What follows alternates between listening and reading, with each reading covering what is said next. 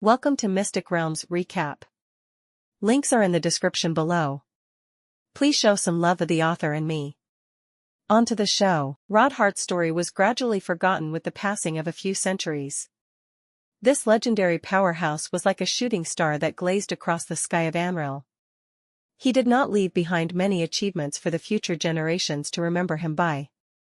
It wasn't until one fateful day when Rodhart walked out of his grave that he reminded people of his existence. What followed was what you heard.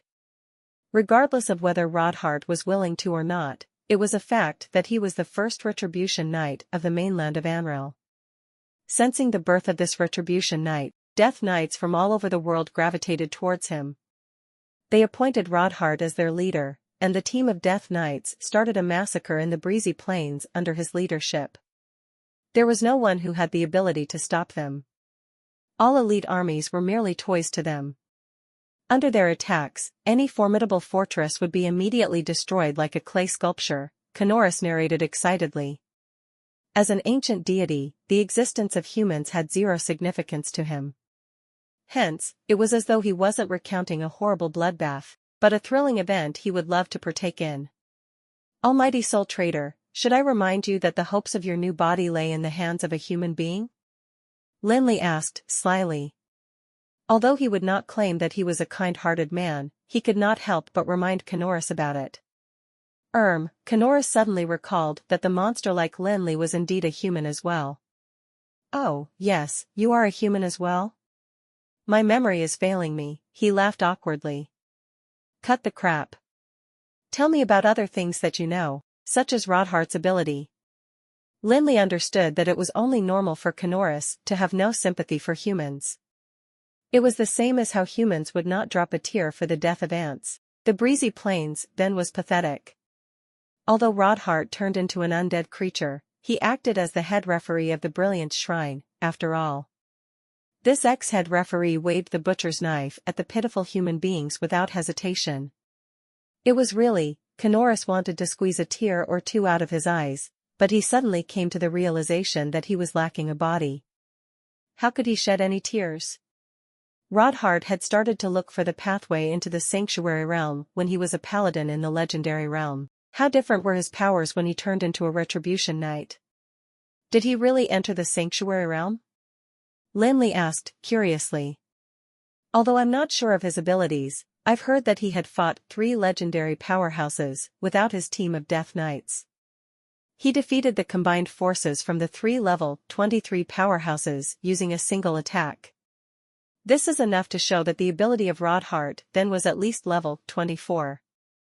But, I feel that it is more likely for him to have been level 25. What? Level 25? Lin Li was stunned. He gave the unmoving man on the throne an anxious, but fleeting glance. The sight of that still figure reassured him slightly. Level 25 meant that the Retribution Knight had already reached the sanctuary realm. It was no wonder that he had the ability to bring about such a huge calamity in the breezy plains. If he were a normal Retribution Knight in the legendary realm, he would have been eliminated by legendary powerhouses. It was rare to find enough opponents in the sanctuary realm. This was also one of the characteristics of a Death Knight. As long as he reached the legendary realm to become a Retribution Knight, the Death Knights from all over the world would gather by his side as fast as they could regardless of the distance they had to travel. Then, these Death Knights would stop their personal growth in power, and transfer the spiritual force they'd acquired from the massacres to their leader. Hence, the spiritual force from killing 1/3 of the population of the breezy plains would have been given solely to Rodhart. It would only be natural for his abilities to be improving at a rapid pace. As he was the first Retribution Knight of the breezy plains, it was too late for the legendary powerhouses to stop him when they missed the best timing. Although he really entered the sanctuary realm, this method is really, Lin Li commented vexedly. Although he was not one of the fanatical devotees of the Brilliant Shrine, he knew he would not have borne to do the same like Rodhart. That was a man who had slaughtered 1/3 of breezy plains' population. Lin Li found it really hard to believe that he'd been a paladin from the Brilliant Shrine in the past. Him using this method is not surprising. Since he was a Retribution Knight, and an undead creature, he already had no relationship with humankind. If he succeeded in bringing his team of Death Knights into the endless abyss, the throne in any of the abyss levels would definitely belong to him, Kenora said optimistically. You have said a lot, but, can you be sure that this man before us is Rodhart? Lin Li asked. If this Retribution Knight is really Rodhart, then the sword in his hand has to be the Eternal Frost Blade. In other words, if that sword is the Eternal Frost Blade, we would be able to make his identity clear, explained Kenora. After all, he had only seen Rodhart from afar. He could not tell if the man before him was Rodhart or another Retribution Knight. Eternal Frost Blade? Lin Li repeated after Kenora. Only then did he notice the sword in the hands of the Retribution Knight. He had thought it to be a normal sharp blade. After looking at it closely, he realized that it was because the aura of the Retribution Knight had overwhelmed that of the sword. That's right. When Rodhart was still a paladin, the weapon he used was not the Eternal Frost Blade, and the Brilliant Shrine would never put such a powerful weapon in his grave. No one knew where he had gotten the Eternal Frost Blade after he became a Retribution Knight. There was a probable theory that Rodhart had planned for his return from the Immortal King's mausoleum. If not, he would not have requested to be buried in the breezy plains. It being a place he had been adopted in would be a valid excuse. This Eternal Frost Blade was what he took out from the mausoleum of the Immortal King, which he then hid in the breezy plains as he waited for the arrival of the Death Knights. How should we verify if that is the Eternal Frost Blade? Although I can sense its magical wave, there are many other weapons that emit the same wavelength, Lin Li asked again. The two main materials needed to create the Eternal Frost Blade were the Eternal Ice Crystal Metal and the Space Sand. During forging, it required the use of the cold black flames from the Endless Abyss. However, Eternal Frost Blades that are created using this method do not have a significant ice attribute. The real effect of the Eternal Frost Blade is to create a temporal gap in the space that could distract the enemies. Then, the sword would pierce the enemies' bodies directly. This was absolutely a weapon made to kill mages. The defensive equipment mages had, such as the elemental shield and ice wall, were never directly worn on their bodies. Established a distance away from the mages, they helped to create safe buffer zones between the enemy's weapon and the mages' bodies. This was due to the fact that the defense equipment would create a depression upon contact with intrusive attacks, regardless of whether it was a magical or a physical attack. If they were to be set up closely against the skin, without any cushioning of the impact, then while the user would not be immediately split in half with a strike of the enemy's sword, he was bound to suffer some wounds. That being said, the Eternal Frost Blade was a weapon that could create the gap in space to let the sword penetrate the magical defense system built up by mages. Then, it would land on the mages' bodies like a sneak attack. I think that we should leave this place as soon as possible, Lin Li muttered. How could the smithing guru not recognize weapons created from the Eternal Ice Crystal Metal? It was very obvious that the sword in the hand of the figure on the throne was constructed from the same material. This meant that the sword was the Eternal Frost Blade, and the Retribution Knight was Rodhart himself. Lin Li did not want to be made an example of how men got themselves killed due to greediness for the future generations. Even though he had reached the legendary realm, and he had a lot of trump cards with him, he knew his enemy was a level 25 Retribution Knight who had a mage-killing sword. To be honest, Lin Li really had no confidence in battling such a figure. Hold on. Are you sure that that is the Eternal Frost Blade, and he is Rodhart? Kenora questioned. He was not willing to retreat. Of course, I would not make a mistake in recognizing that material. Unless there is another Retribution Knight who acquired the Eternal Frost Blade, this sleeping fella has to be Rodhart. Therefore, we'd better get ourselves out of here quickly before he wakes up. Lin Li conversed with Kenora's via mental strength while cautiously observing Rodhart, who was sitting still. Huh. If he was Rodhart, why should we escape? Have you forgotten that he had been purified by Prophet Willan? He would have lost his previous power. Kenora snickered. Is that so? To be honest, I'm very skeptical of the concept of purification. Didn't you say that this Rodhart is level 25? That's the sanctuary realm. How would there be anyone who could purify him? I doubt even the Pope of Brilliance Shrine could do that, Lin Li rebutted in suspicion. There were many a time that legends were found to be false. Lin Li could accept the story that Rodhart had been purified by the prophet Willin if the Retribution Knight was in the legendary realm. But, it was different now that the knight was in the sanctuary realm. Prophet Willin really needed to have great powers to purify a Retribution Knight in the sanctuary realm. How could Kanoris not know what was on Lin Li's mind? Do not belittle Willin. He was not only the prophet of Brilliance Shrine, but also the son of the Holy Light. He held the purest holy force in this world, having the ability to purify any foulness or evilness. Even the Pope would not have the ability to compare to him. After Juresco left the Supreme Council, the organization had been run by Apophis and his team. After having a battle with Prophet Willin, Apophis admitted his inferiority publicly, and confessed his admiration for Willin's ability. Because of this battle, and the existence of Prophet Willin, Brilliance Shrine became the most powerful force. Even the Supreme Council had to settle for the second in rank. At that time only Juresco had the ability to deal with Willin. Unfortunately, Willin disappeared mysteriously after battling Rodhart.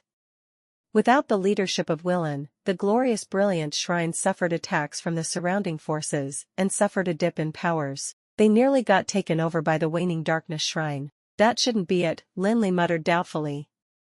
The Brilliance Shrine had only been established after Dark Age, and it had been a few centuries since the end of it when Willin purified Rodhart.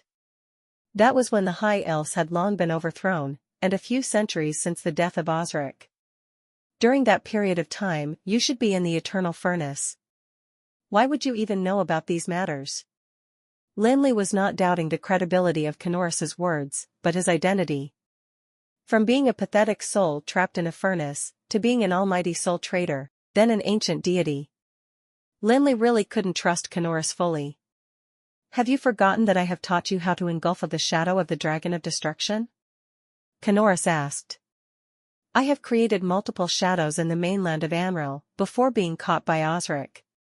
At that time, I tried to use my last shadow to help me look for somebody to release me from the Eternal Furnace. In the end, neither did I find my savior, nor did that shadow survive. God damn it, I don't even know my enemy. Lin Li knew that creating a shadow and collecting the demonic runes from it did not need much effort. As long as one had the ancient demonic runes, he would be able to create a shadow with part of his energy. Same for Lin Li, he had the ability to do that as well. However, as a legendary mage, how could he compare himself to the Dragon of Destruction? He knew he would be falling out of his realm if he were to create his own shadows. Not to mention a legendary mage, a sanctuary master would not have chosen to weaken himself with such a boring idea. The issue of shadows was totally irrelevant at this juncture. However, Lin Li had an idea after hearing Kanoris's introduction of Prophet Willin. Didn't Sendros say he was a shadow of darkness? Lin Li knew that was because he owned the debris of the stars, gloomy dark. Then, could holy light turn him into the shadow of holy light? Lin Li loved everything that could allow him to take an advantage. A simple mistaking him as the shadow or somebody's son could give him a huge bunch of coolies to run errands for him without a price. He was always worried when Sendros addressed him as the shadow of darkness, as he feared that it might turn him into the target of the Brilliance Shrine. Now, he was really proud of the fact that he was the shadow of both darkness and brightness. This meant that he could gain advantages from both sides. Lin Li glanced at the man before him. Could his present state be a result of Prophet Willin's purification? If Rodhart had lost the power he had with the purification, Lin Li would be able to use his holy light on Rodhart. No matter what, he still could not determine if Rodhart was dead or all alive. Since he had the holy light, Lin Li knew that his journey to this palace shouldn't be a wasted trip. Lin Li stood there and cautioned himself against Rodhart while letting his warlock's eyes survey the entire palace. The scenes the warlock's eyes traveled to see were reflected in Lin Li's eyes. Lin Li couldn't help but feel happy that he didn't escape in fear of Rodhart. The entire palace was a treasury. It seemed that he had made a wise decision in dismissing Hutton. As compared to this place, Vanscore's treasury was nothing. Apart from jewelry and all sorts of magical materials, there were also high-quality and delicate weapons and magical equipment. Lin Li could not help but secretly jump in joy. The latter would save him a lot of effort. What made Lin Li feel really excited was the different magical books, as well as huge piles of spells written in the high elf script that he saw through the warlock's eyes. Despite being a knowledgeable legendary mage, more than half of those spells were something he had not encountered before. If he did not guess wrongly, there would be a huge portion of them that had been lost to the mainland of Anril with the passing of time. This made them incomparable to the jewelry and equipment. He would be able to make all the mages in Anril crazy if he were to use any of the lost spells. Lin Li subconsciously opened his mouth and started drooling excessively. The warlock's eyes was also known as the third eye mage's owned. It was purely constructed from mana, and could travel anywhere within the reach of Lin Li's magical elements. However, there was something blocking the warlock's eyes now. Could it be that there was a place even his magical elements could not enter? Lin Li composed himself and decided to venture to that place personally. He was very curious about the thing that could obstruct his magical elements. After confirming that there were no signs of Rodheart awakening, he brought the two undead followers towards a secret chamber in the basement. There was no reason to stay here. If Rodheart woke up, Uchvalusi and Norfeller would not have the ability to deal with him at all. Hence, Lin Li could only bring them along with him, and if Rodheart were to wake up, he would accept his misfortune. Lin Li walked past the tall platform that was built with bones, and led the other two through the side entrance behind it.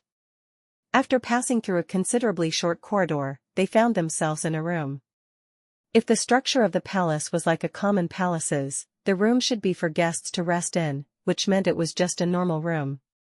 There was a tall bookshelf by the wall. Apart from magic books, there were also many biographies written in the High Elves' language. Lin Li found the hidden levers very quickly with the help of the warlock's eyes. He walked towards one of the thicker books and gave it a hard push. What followed a noisy sound of some mechanism was the opening of a secret door below the table in the room, revealing a passageway leading down. They saw a wall at the end of the passageway when they walked along the path. There were no more doors or hidden levers. It was as though they had encountered a dead end. If not for Lin Li's warlock's eye's lack of ability to pass through it, Lin Li would have thought that there wasn't anything behind that wall.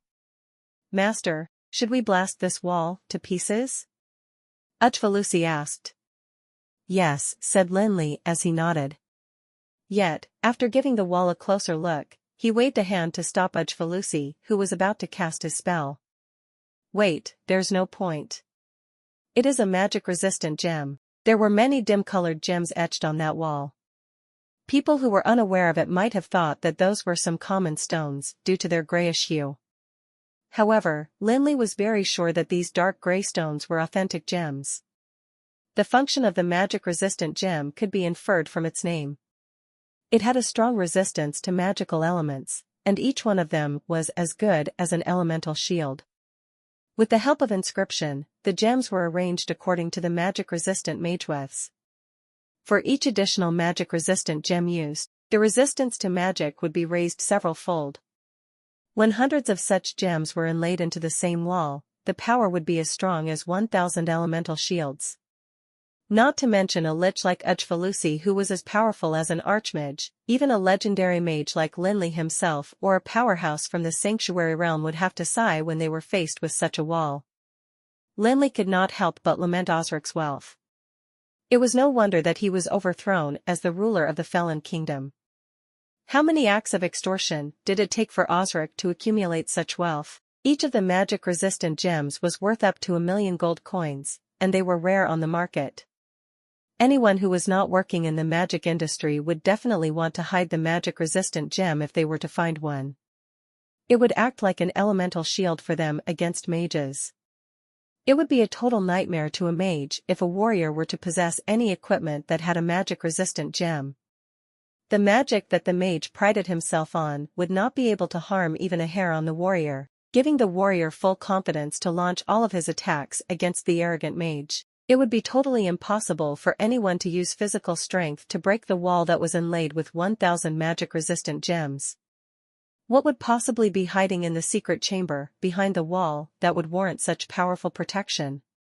The wealth these magic-resistant gems were worthy of was enough to turn any man crazy. What could possibly be more valuable than these magic-resistant gems? Lin Li was full of anticipation for the items behind the wall. But, it wouldn't be easy to get past it. It was an extremely ordinary wall, just like the others. After having 1,000 magic-resistant gems set up on it, however, the wall became something even sanctuary powerhouses couldn't use their physical strength to break apart. Yet, Lin Li was not somebody who only knew how to use physical strength. He believed that there should be many other ways to solve this problem. It would be the matter of whether he could find one or not. There was a well-known figure who once said, "Knowledge is power," and power was one thing that Lin Li never lacked. Uchfalusi and Norfeller stood at the side quietly. They knew that they were of no help in such situations. What they could do was to stand by vigilantly and not disturb their master's thoughts. While they watched out for safety, Lin Li was standing before the wall, and was observing the patterns those gems were arranged in as well as the magewefts that connected them together.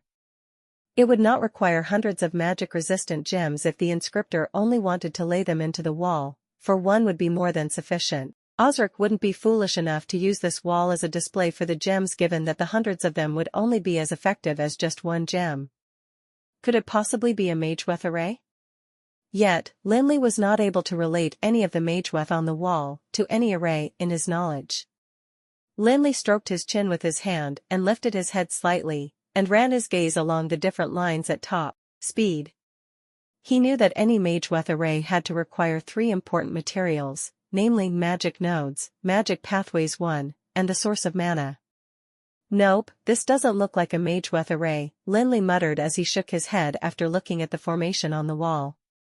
If it's really a magewef array, then the arrangement of the source of mana and the magic nodes is really terrible.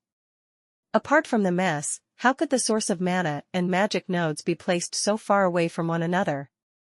Even if one were to use a legendary magical crystal as the source of mana, it wouldn't withstand such a great exhaustion of mana.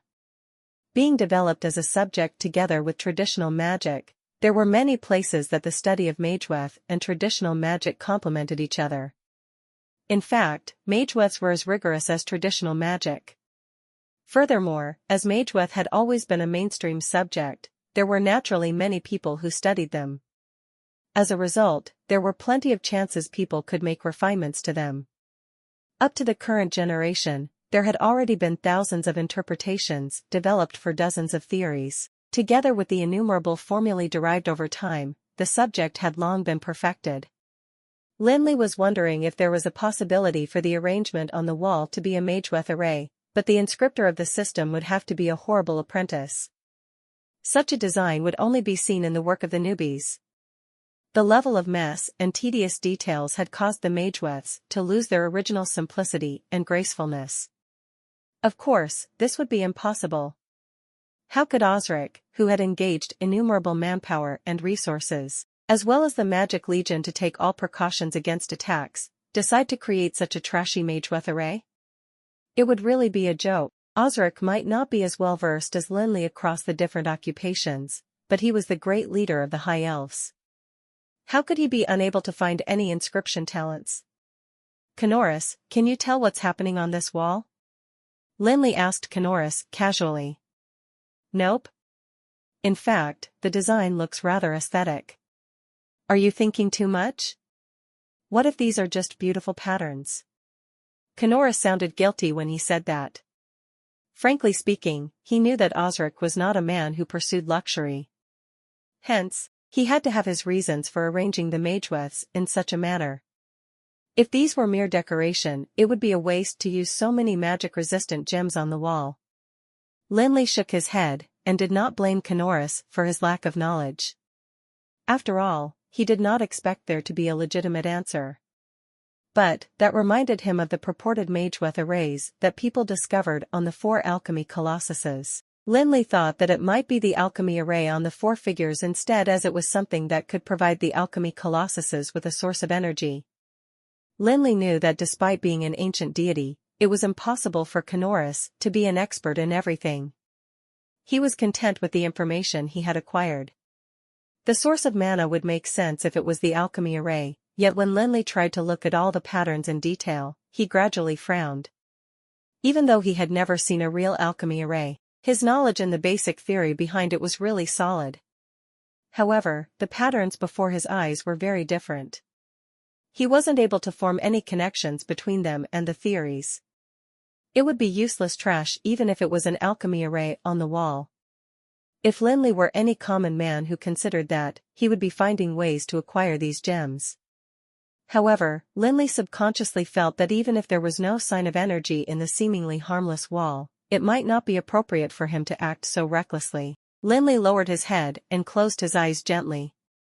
Although he stopped looking at the patterns on the wall, he put his fingers on the bridge of his nose, deep in thought. He didn't believe that Osric would leave behind a useless pattern on the wall. If it was neither a mage array nor an alchemy array, what could it be?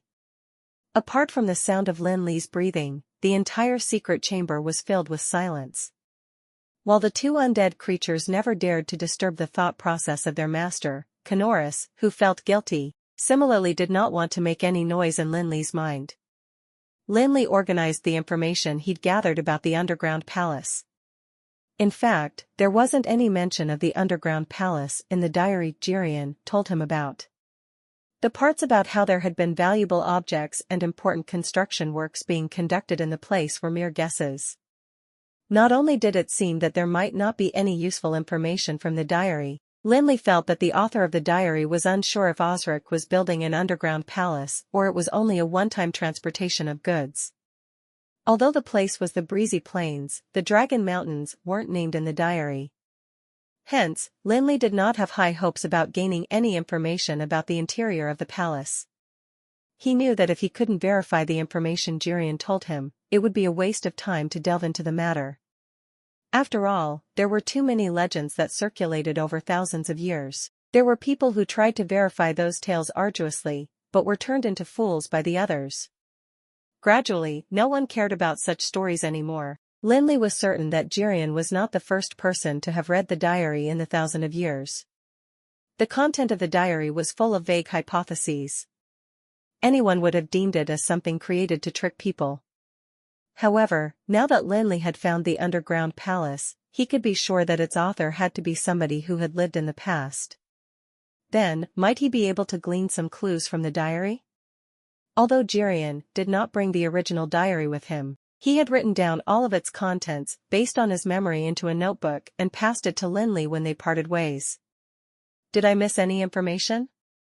Lin Li thought as he took out that notebook and flipped through it casually, despite the fact that he had already remembered all of its contents.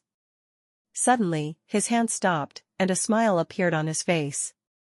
Although the diary did not have a detailed description of the events, there was something he could use a diary to ascertain: the dates. Dates were to be in any diary entry. Yet, what was the use of knowing the date the underground palace had been established?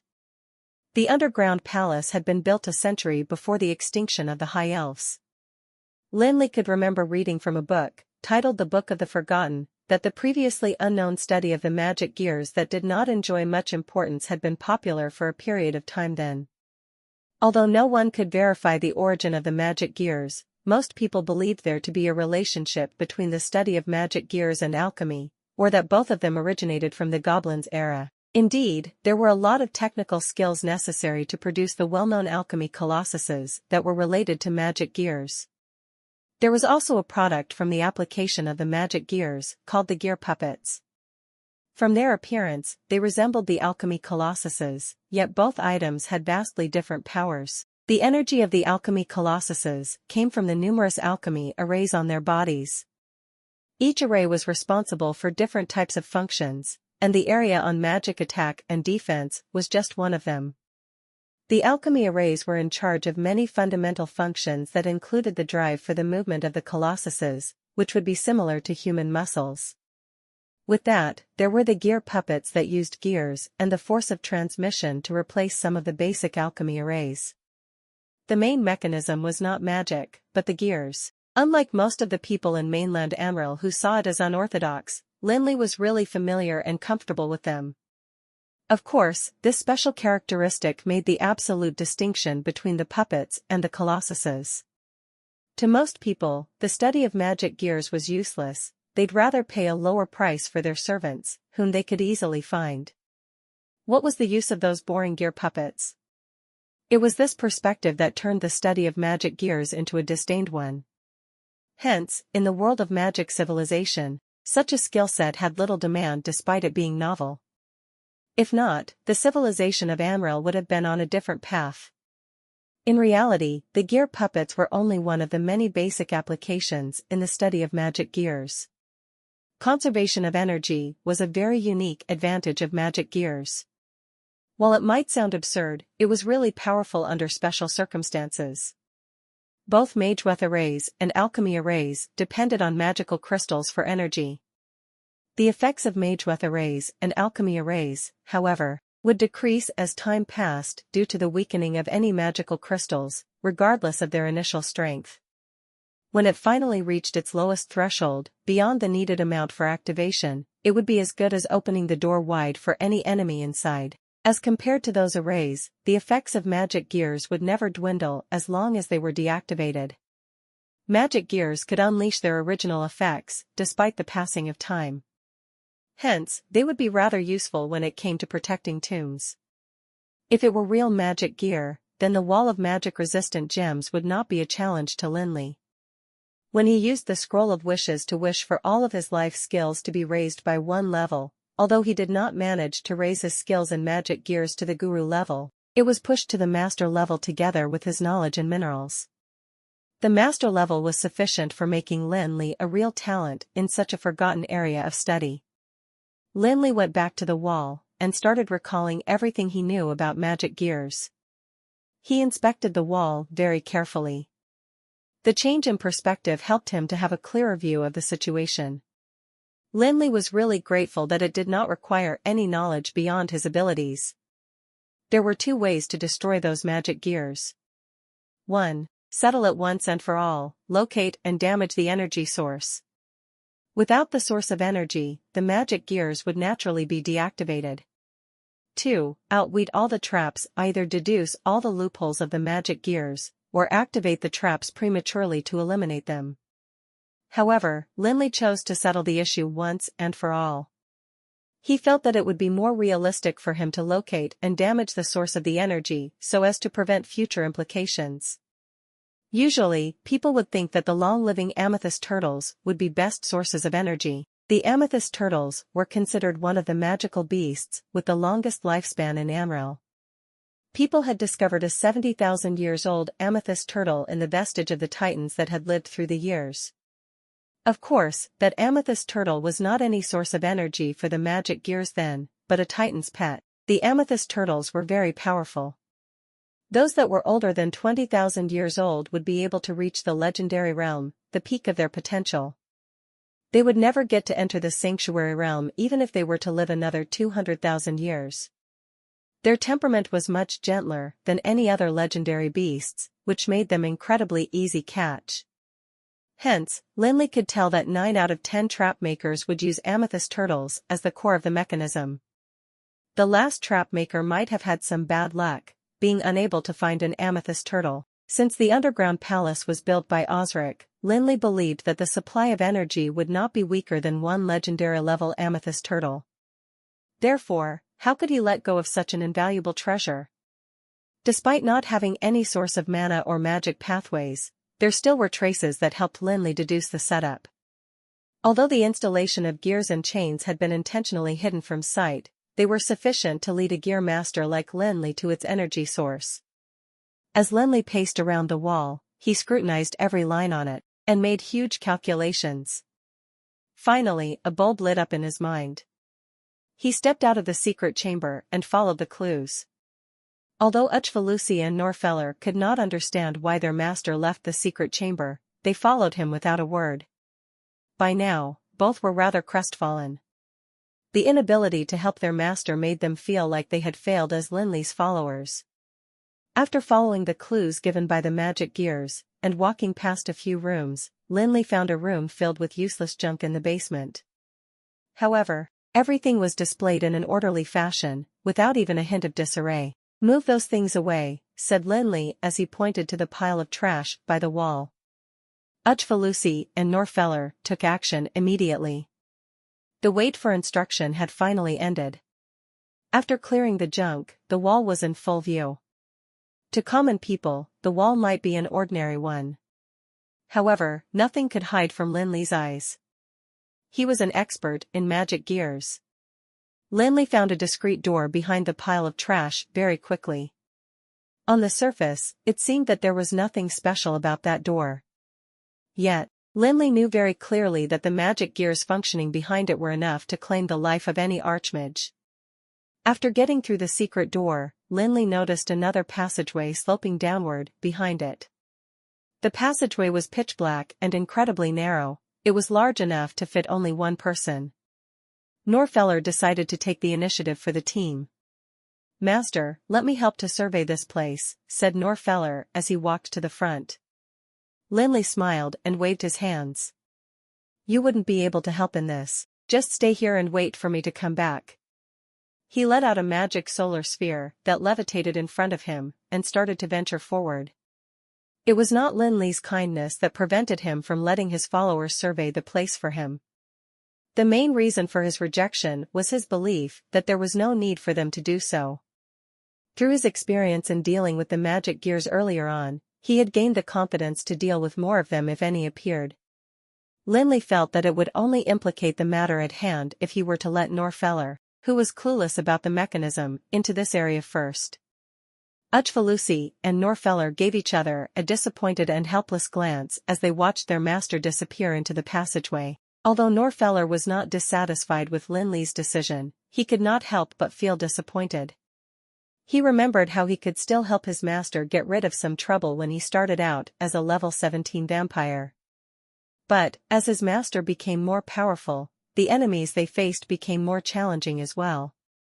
He felt that his identity of a level 17 vampire was getting really useless. As compared to Norfeller, Uchvalusi should not have felt any disappointment. After all, he was a lich that fell from the legendary realm. He knew very well that it would take him another 2 or 3 months to recover his lost power. At the start, he thought that he would be of a tremendous help to his master when he returned to the legendary realm.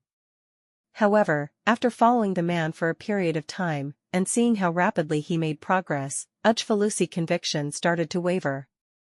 Actually, it was not a bad thing that his master was a powerful being. The stronger the master, the easier the rewards came to the followers. Yet, only people who had no dreams would settle for such a life. Although both of them were undead creatures, they had the minds of humans, and had the desire for fame and recognition like most humans. Since it was fated that their master was going to leave a huge mark on the history of the mainland of Anril, it would only be natural that, as his followers, they'd be able to leave their own names there as well. However, a prerequisite was that they had to be well known and gain the chance to display their ability in front of the public. At the same time, Uchvalusi feared that he would be condemned by posterity the minute he showed his face to the public. Therefore, the only way for him to gain fame was to raise his power.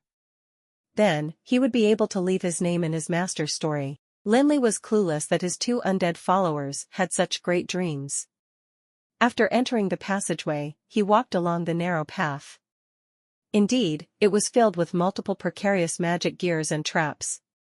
If it were anyone else, even experts of magic gears, they might not have the ability to walk through a few of them. Apart from the magic gears, there were also traps created by mageweth and alchemy arrays. These traps were incredibly insidious.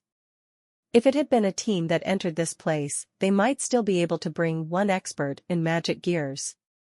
However, the size of the passageway was only sufficient for one person to pass through, and not everyone would be proficient in all the unfamiliar domains that were involved. That would endanger the experts at magic gears and other domains in the team easily.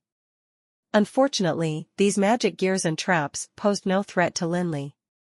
He understood that before he could gain the control of the core of the magic gears, the key was to trigger and suspend the traps intentionally. To Lin Li, his guru-level skills in magic gears made him immune to all these traps. Despite the fact that much effort had been put in to set them up, it was totally useless against Lin Li, merely delaying him. The traps that utilized the mageweth and alchemy arrays were even more useless. As Lin Li was a guru in mageweths, alchemy arrays were even simpler for him to deal with. After all, he had in his possession a tool to dissolve alchemy arrays. The journey was a long and arduous one. After approximately an hour, and a few turns, Lin Li spotted ahead of him a glow that seemed like the end of the secret passageway. However, Lin Li did not dash towards it immediately. He felt that it would be too reckless to do that. Indeed, as he moved closer to the end, Lin Li was met with more and more traps that grew increasingly complicated. Hence, it took him more than half an hour to finish the last part of his journey. When Lin Li reached the end of the passageway, he was really jubilant, until the smell of something hot and pungent rushed up his nostrils. Lin Li saw bright and yellow lava bubbling underneath his feet. He was standing in the tunnel of a spacious underground cave. This was a world of fire. There was a huge concentration of fire element, and it was as though he had stepped into a natural magical domain filled with flames. The fire element here was so strong that it suppressed the other elements. Lin Li even had difficulty activating his mental strength in that environment. Wait a minute, this is not a place that the amethyst turtles could live in. Could it be that Osric had other magical beasts more suitable than the amethyst turtles to act as the energy source for the magic gears? Lin Li could not help but feel that he was in a strange place. While the lifespan of the amethyst turtles was extremely long, they needed a particular environment as well.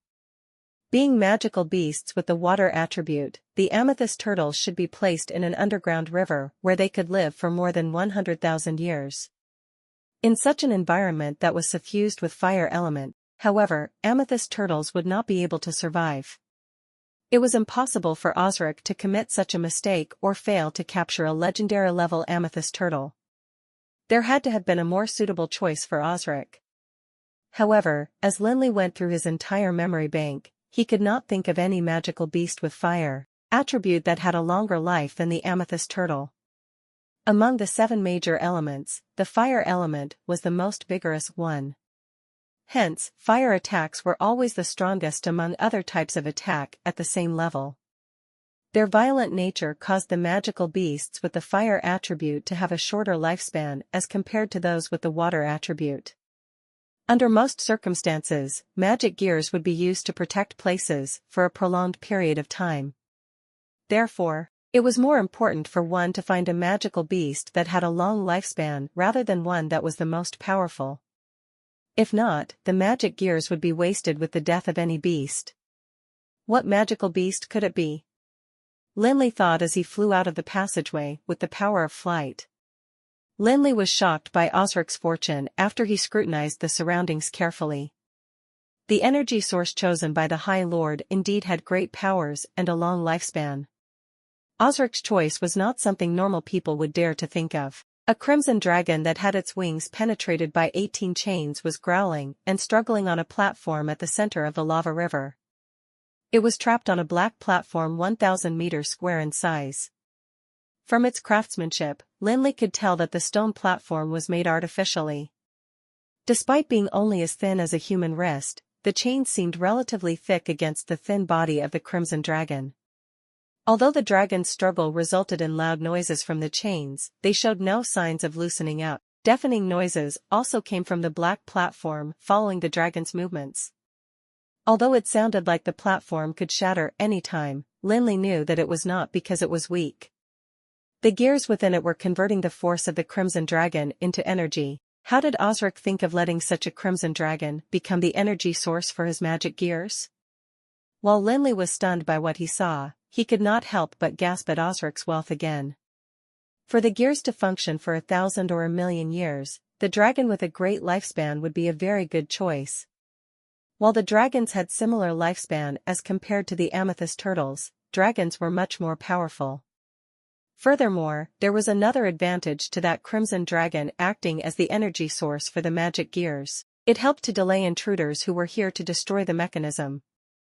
Not to mention, the power of an adult dragon in such an environment was not what an amethyst turtle could compare to. The lava cave was an optimal place for crimson dragons to live in. The high concentration of fire element not only acted as an immediate and unlimited source of energy for the dragon to replenish what it lost, but it was also a great help in extending its lifespan.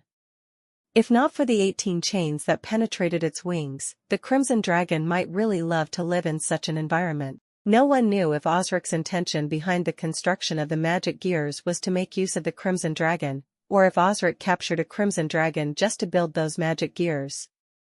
This question was akin to the philosophical debate about whether eggs came before chickens. Lin Li, however, was not interested in mulling over this question. However, since it was a crimson dragon used as the source of energy, Lin Li believed that it wouldn't supply only the magic gears in the wall. He knew that the energy of the dragon was more than sufficient to support an entire underground palace filled with magic gears. When he thought of that, Lin Li was stunned. He realized that although he had met many undead creatures on his way, their abilities were way too lousy to be the guards of the palace. This meant that it was not only possible that the palace would be filled with magic gears, but rather that it had to be so. Lin Li was secretly glad that he actually used the warlock's eyes to survey the place before he laid his hands on those treasures. If not, he would have activated those magic gears unknowingly. He felt that it was really insidious for Osric to use the unpopular magic gears to defend the underground palace. If it were other people, they wouldn't have thought of the magic gears. Even if they did, who would have the confidence to deactivate them? After all, there was still a crimson dragon that acted as their energy source. In fact, Lin Li knew that he had made a mistake. He did not expect Osric to use magic gears in that underground palace. Although he was at the master level when it came to magic gears, it was such an unfamiliar and unpopular study that he had no confidence in finding anyone in Amril who was proficient in it. The current situation exceeded Lin Li's expectation. He did not expect to see a crimson dragon. Being the direct descendant of the 4 dragon aspects, the crimson dragon was born with a fire attribute, and had an ability above level 21. This would make deactivating the mechanism really challenging if Lin Li wanted to deal with it starting from the energy source. Oh, it's the crimson dragon. I'm really fearful of your luck. We have met a retribution knight outside, and now, it's a pure-blooded crimson dragon. Kenora's snicker sounded in Lin Li's mind. He had always been jealous of Lin Li's luck. After all, Kenora's had experienced a terrible time in the past. The comparison between himself and Lin Li made him really frustrated. Should I retreat? If I chose not to deal with this crimson dragon, I would be wasting the time I've spent dealing with all the magic gears outside. Lin Li thought as he dispersed the glowing solar spheres. He took out his magic staff from the ring of endless storm, and flew towards the crimson dragon. Hey, what are you trying to do? That is an adult dragon. Are you out of your mind? Kenora shrieked on the sight of Lin Li's apparent intention to challenge the crimson dragon. He was shocked. How would he be able to get a new body when Lin Li always risked his life for such matters? I say, please do not dig your own grave. Why would you want to provoke that dude? I'm pitiful enough to be trapped like a coolie here. While the crimson dragon might not be stronger than the Lin Li and Tharlan, Kenoris had no confidence that Lin Li could battle the crimson dragon himself. After all, they were out in the endless abyss. Kenoris could not make use of the laws of the abyss and his ancient demonic runes to help Lin Li anymore. However, Lin Li had set his mind on the matter, ignoring Kenoris's warnings. He waved his magic staff as he flew to give himself an elemental protection. Colorful solar spheres revolved around his body like lively pixies. Lin Li did not choose to challenge the crimson dragon because he thought it was a pushover. It was not that he was a lunatic either. While the solving of the magic gears took the trapmaster some time, it was not a bit dangerous, and he gained nothing out of it. While it was indeed dangerous for him to challenge the crimson dragon, there were also massive potential benefits that enticed Lin Li. The first would be combat experience. Although Lin Li had managed to enter the legendary realm, compared to the old-timers like Sendros and Anduin, he was lacking a lot of battling experience. It was too difficult for him to meet suitable opponents or find the old men to practice with him. Hence, the exchange with the Crimson Dragon would be a rare opportunity for Lin Li. Another reason was less honorable. To Lin Li, the Crimson Dragon was not only a dragon, but also a living treasury from its head to its tail, and from its skin to its bones. Although the Crimson Dragon was more powerful than the amethyst turtle, its value was not to be belittled. How could Lin Li give up easily? Suddenly, the struggling and growling Crimson Dragon fell silent. There was a hint of seriousness reflected in his eyes. It knew that a mage in the legendary realm was not an insignificant human. Despite being a proud dragon, it dared not be reckless in front of a legendary mage. In the past, legendary powerhouses treated killing dragons as an honorable deed to be recorded in their life stories. People who were less able would approach the dragons with impure blood. It was akin to how the immortal king headed for the dragon of destruction directly.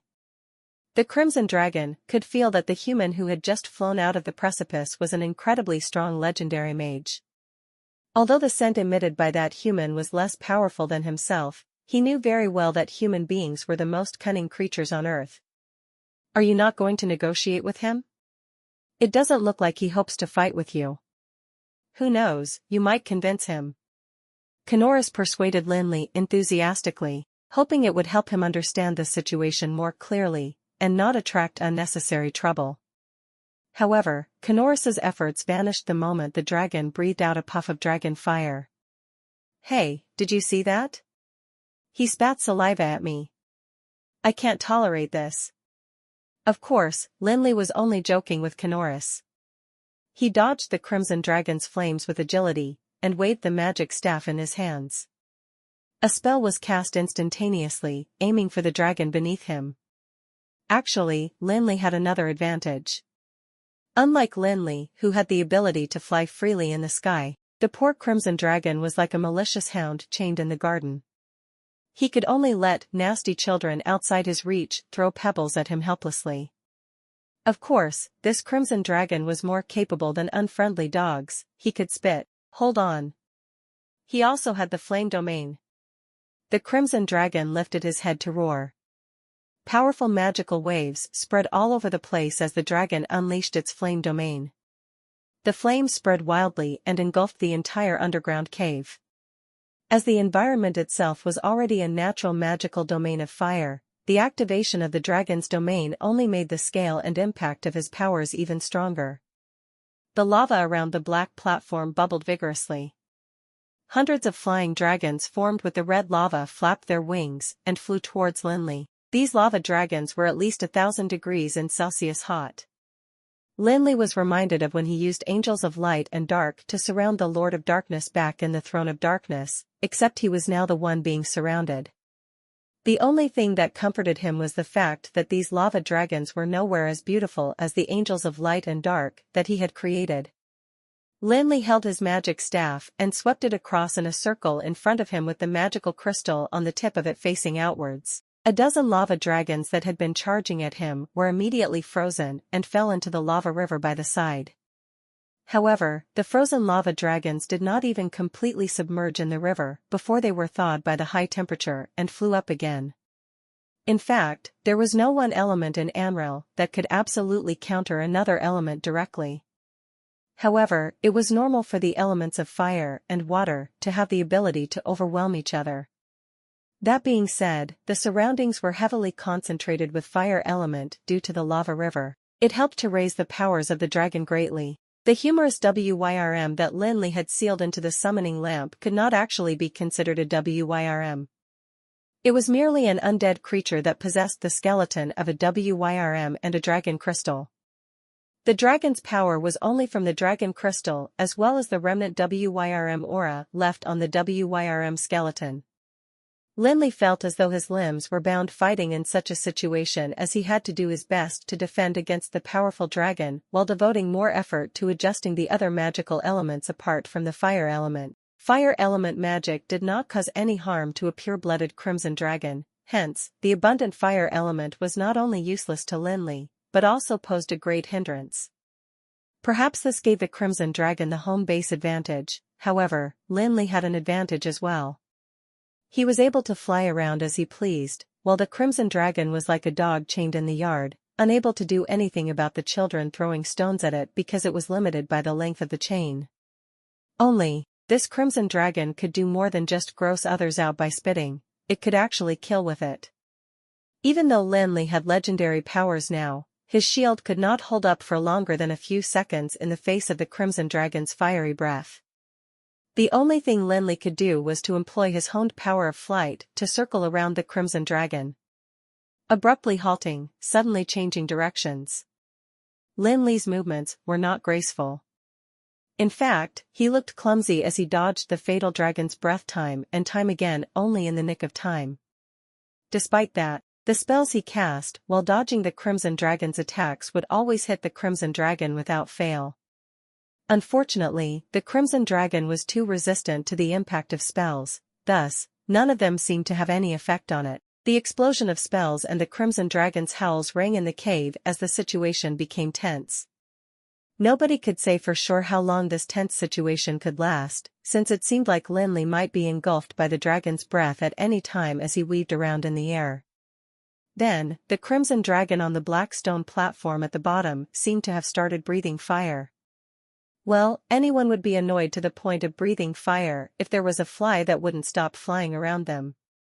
Roar! The slow-flowing lava surrounding the black stone platform turned boiling hot following the roar of the dragon, and the temperature in the cave began rising.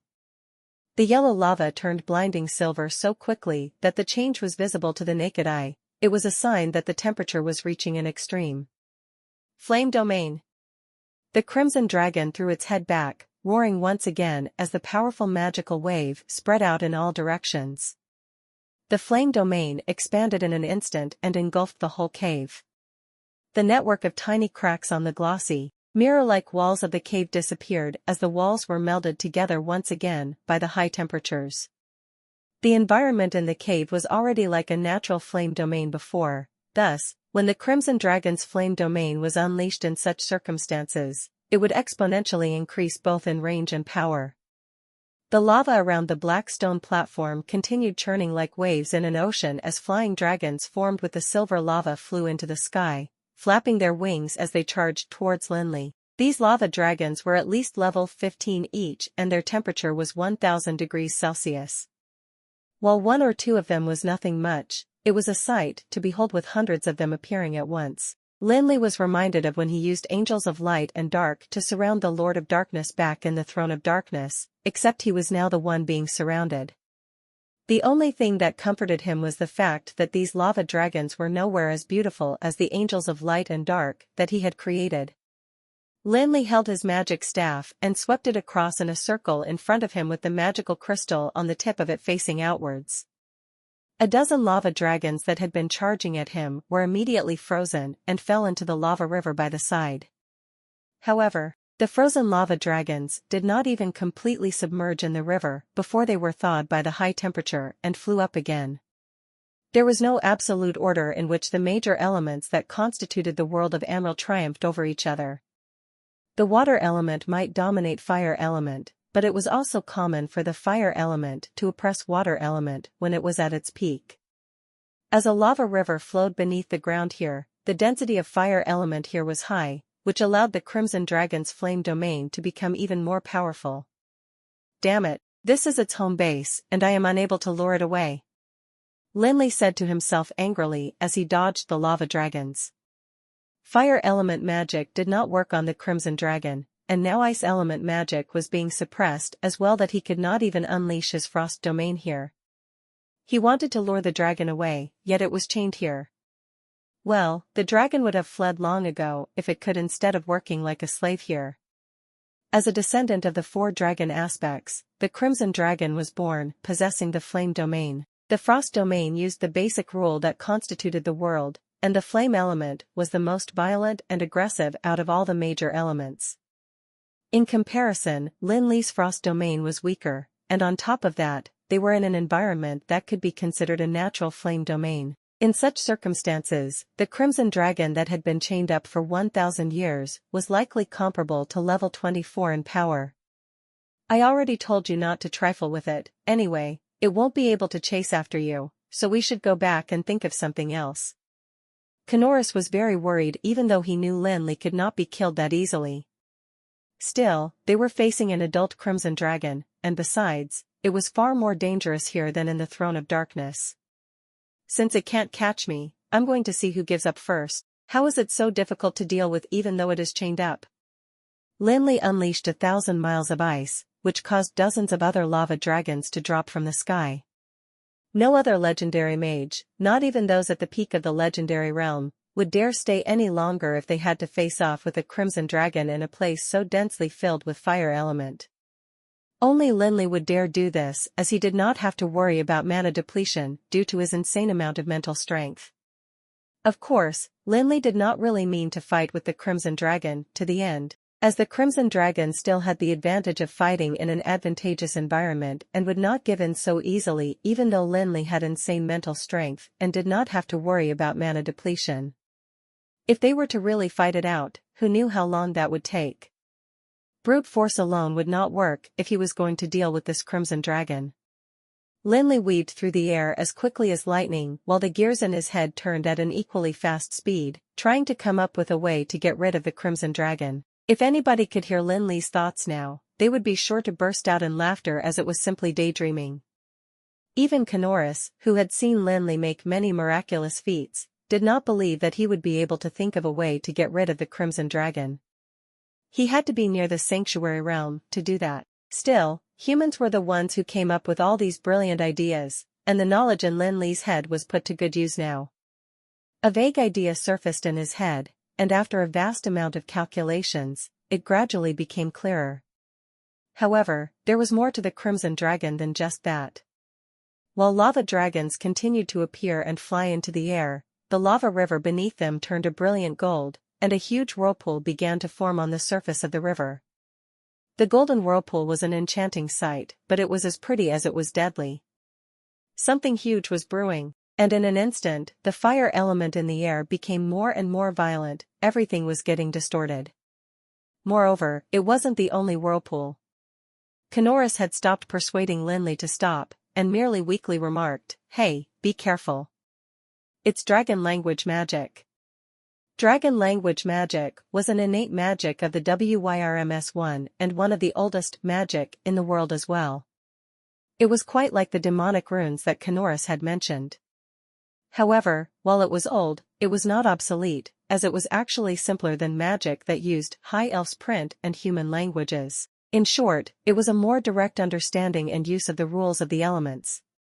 As a descendant of the dragon aspects, the Crimson Dragon used a dragon language magic that was even purer and closer to the original form of the magic and main source of the elemental power. The giant whirlpools on the lava river seemed to have a life of their own as they receded before suddenly exploding. Blinding balls of silver shot out from the center of the whirlpools at a speed that could not be matched by the lava dragons. They were basically cannonballs. Lin Li glanced at the top of the cave as he dodged the cannons, suddenly recalling a game he had played before he time-traveled, marble throwing. The balls of fire element cannons landed on the ceiling of the cave and immediately burst into flames before the sparks fell down like rain. Lin Li weaved through the lava cannons like a fly, and while it was dangerous, Lin Li avoided the projectiles so expertly using his flight skills that not even the corners of his clothes were burned. He started to do things that looked pointless, like shooting magic at the balls of lava. Sometimes, he attacked those that were flying towards him, but at other times, he attacked those that were flying a distance away, confusing Kanoris to no end. "Hey, what are you doing? Leave quickly, can't you practice your magic somewhere else?" Kanoris yelled. "Shut up, you'll see." Lin Li did not give any explanation as he stubbornly continued what he was doing. While the Crimson Dragon was chained up, it still called the shots in the world of flames. Soon, the entire cave was covered in a layer of lava. It trickled down all the way from the ceiling to the cave walls, making it seem as though the entire cave was melting.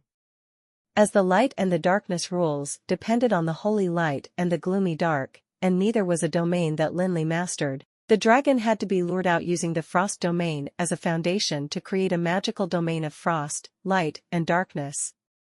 However, if he were to unleash his frost domain in this world of fire, he would be swarmed by lava dragons and lava cannonballs even before the ice had solidified. His frost domain would be dissolved into nothing by the large amount of fire element in an instant. Hence, Lin Li was not in a hurry to use his magical domain, and only used normal ice element magic to attack the restrained Crimson Dragon instead. Or perhaps it was more fitting to say that he was provoking the Crimson Dragon and causing it to use more fire element magic to attack him. While he seemed kind of clumsy trying to dodge all the fire element magic thrown at him by the Crimson Dragon, this was all part of his plan. While the Crimson Dragon's magic seemed endless as its attacks chased Lin Li around in the air, Lin Li's levitation spell had already been similar to the effect of the power of flight even when he was still an archmage. Now that he was truly a legendary mage, his power of flight was far more powerful than most other legendary mages. He twisted and turned in the air and performed many difficult stunts, and the Crimson Dragon's magic that seemed to fill the air could not even touch the hems of his clothes. With one flying in the air and the other shooting from the ground, the tense situation lasted 2 days, just like that. Perhaps the Crimson Dragon was tired of such a boring game of shooting, but the frequency at which it shot at Lin Li finally started to decrease. Lin Li detected this with his accurate senses, and inwardly shouted, "Here's my chance." He suddenly dived and flew towards the Crimson Dragon, holding out his magic staff as the magical crystal glowed brightly. Meanwhile, he chanted an incredibly condensed form of a chant quickly in a sharp voice. 1,000 miles of ice, 1,000 miles of ice. In less than a minute, Lin Li released over 100,000 miles of ice consecutively using his almost limitless mental strength and insane way of condensing chants. While a single 1,000 miles of ice was nothing to the Crimson Dragon, over 100 of them stacked together brought about such a sharp decrease in temperature that its flame domain fell apart in an instant. The sudden drop in temperature caused the slowly flowing golden lava to cease and turn into black igneous rocks. Not only did the cave lose its heat, but the solidifying of the lava and the flames being extinguished also caused the cave to plunge into darkness. The sudden drop in temperature caused the slowly flowing golden lava to cease and turn into black igneous rocks. Not only did the cave lose its heat, but the solidifying of the lava and the flames being extinguished also caused the cave to plunge into darkness. As the Wyrm was incredibly hardy, the bite of mana did not cause much harm to it, but the damage caused by the destruction of its magical domain was something that even a Wyrm could not take. As the flame domain was destroyed, the Crimson Dragon whimpered, and the chains on its fleshy wings rattled sadly. Lin Li was aware that this would not last long, as only the lava surface was hardened. The fire element would soon regain its position as the dominant element, and given the Crimson Dragon's ability, it would only need a short while to recover from the damage. However, even an instant was enough as the magical domain of frost, light, and darkness spread out immediately, looming over the Crimson Dragon as it did so. As Lin Li hovered opposite the Crimson Dragon, snowflakes fell slowly and formed a thick layer over the black stone platform in the blink of an eye. Beyond the black stone platform, even though the lava had already hardened into rocks, the snowflakes that fell upon it still could not survive as they were turned into steam immediately, forming a thick layer of steam around the black stone platform. The Crimson Dragon howled as it struggled, its cries deafeningly loud as they shook up the world. How it wished that time would stop for a second so that it could recover from the damage it had suffered, but unfortunately, time continued to pass like the most cruel curse, taking away its life as it did so. Lin Li would not have mercy now. While he did not know how Osric had managed to make this Crimson Dragon work as a slave here, he did know that as the descendant of a dragon aspect, it would not swallow its pride to submit to him and take him as the owner or anything like that. It wasn't the angels of light and dark that Kanoris had started becoming familiar with that appeared next to Lin Li now. It was a black-robed freak that carried a sickle and wore a wide-brimmed hat that hid his face. While there was only one, it was so massive that it was nearly as big as the Crimson Dragon. Kanoris, who could not contain his curiosity, asked, "Hey, where did your bird people go?" "What's this?" Lin Li raised his eyebrow lightly and smiled. "This? I call him the Bearer of Death." The Bearer of Death waved his sickle and dived towards the Crimson Dragon, slitting its throat using the sickle. However, there was no wound when he did so, and only a blurry shadow was drawn out by the sickle. That was the soul of the Crimson Dragon. With a pounce, the bearer of death gulped down the soul of the Crimson Dragon before it dissipated into the magical domain. You learned this from Mephistos, right? Can't believe you actually managed to tire out the Crimson Dragon, Kenora said with a tinge of awe in his voice. Tire out? It wouldn't be tired out even if we carried this on for another 2 months, Lin Li said as he looked at the carcass of the Crimson Dragon gleefully, not bothering to tell Kenora what was the true reason behind it. It was quite simple, actually. He was not just a mage, but an all-around master who was at least of a master level in fields like potions, forging, magewiths, and alchemy. Nobody knew magical element theories like he did. After elements were sequenced and the magic was released, the elements that resulted in the magic would be released again after the restraints were lifted. This endless cycle of recycling of elements allowed mages to have a never-ending supply of elements to use. Otherwise, there would be a great imbalance in magical elements if mages generally preferred a certain elemental magic. However, the magical elements that had just taken part in releasing a magic spell would be inert for a period, and only after this period passed could these magical elements join the elemental sequencing again to release magic. As the fire element was the most violent, fire element magic had always been regarded as the most powerful of all, but few knew that fire element also had the longest inert period after taking part in releasing a spell.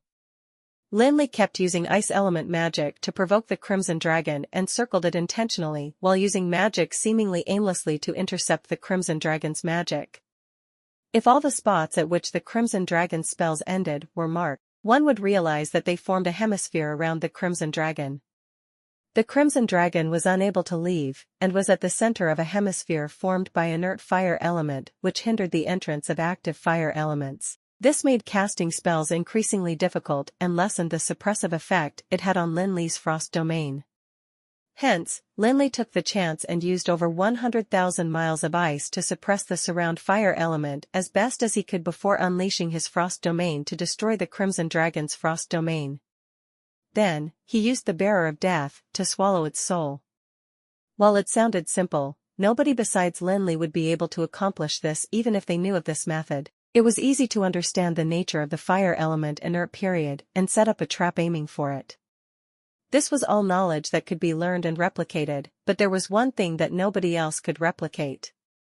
That was to cast the 1,000 miles of ice over 100 times in less than a minute.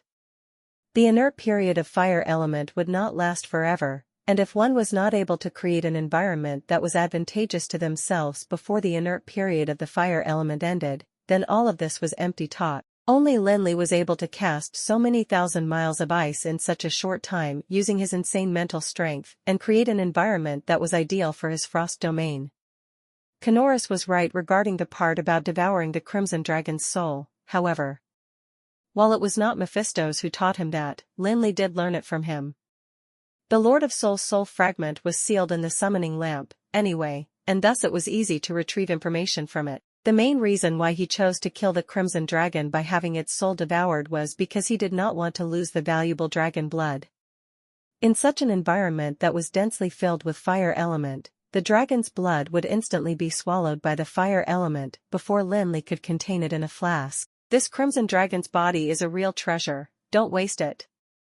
Kenora was not bothered by the fact that he did not receive a reply from Lin Li, once again being in awe of Lin Li's luck.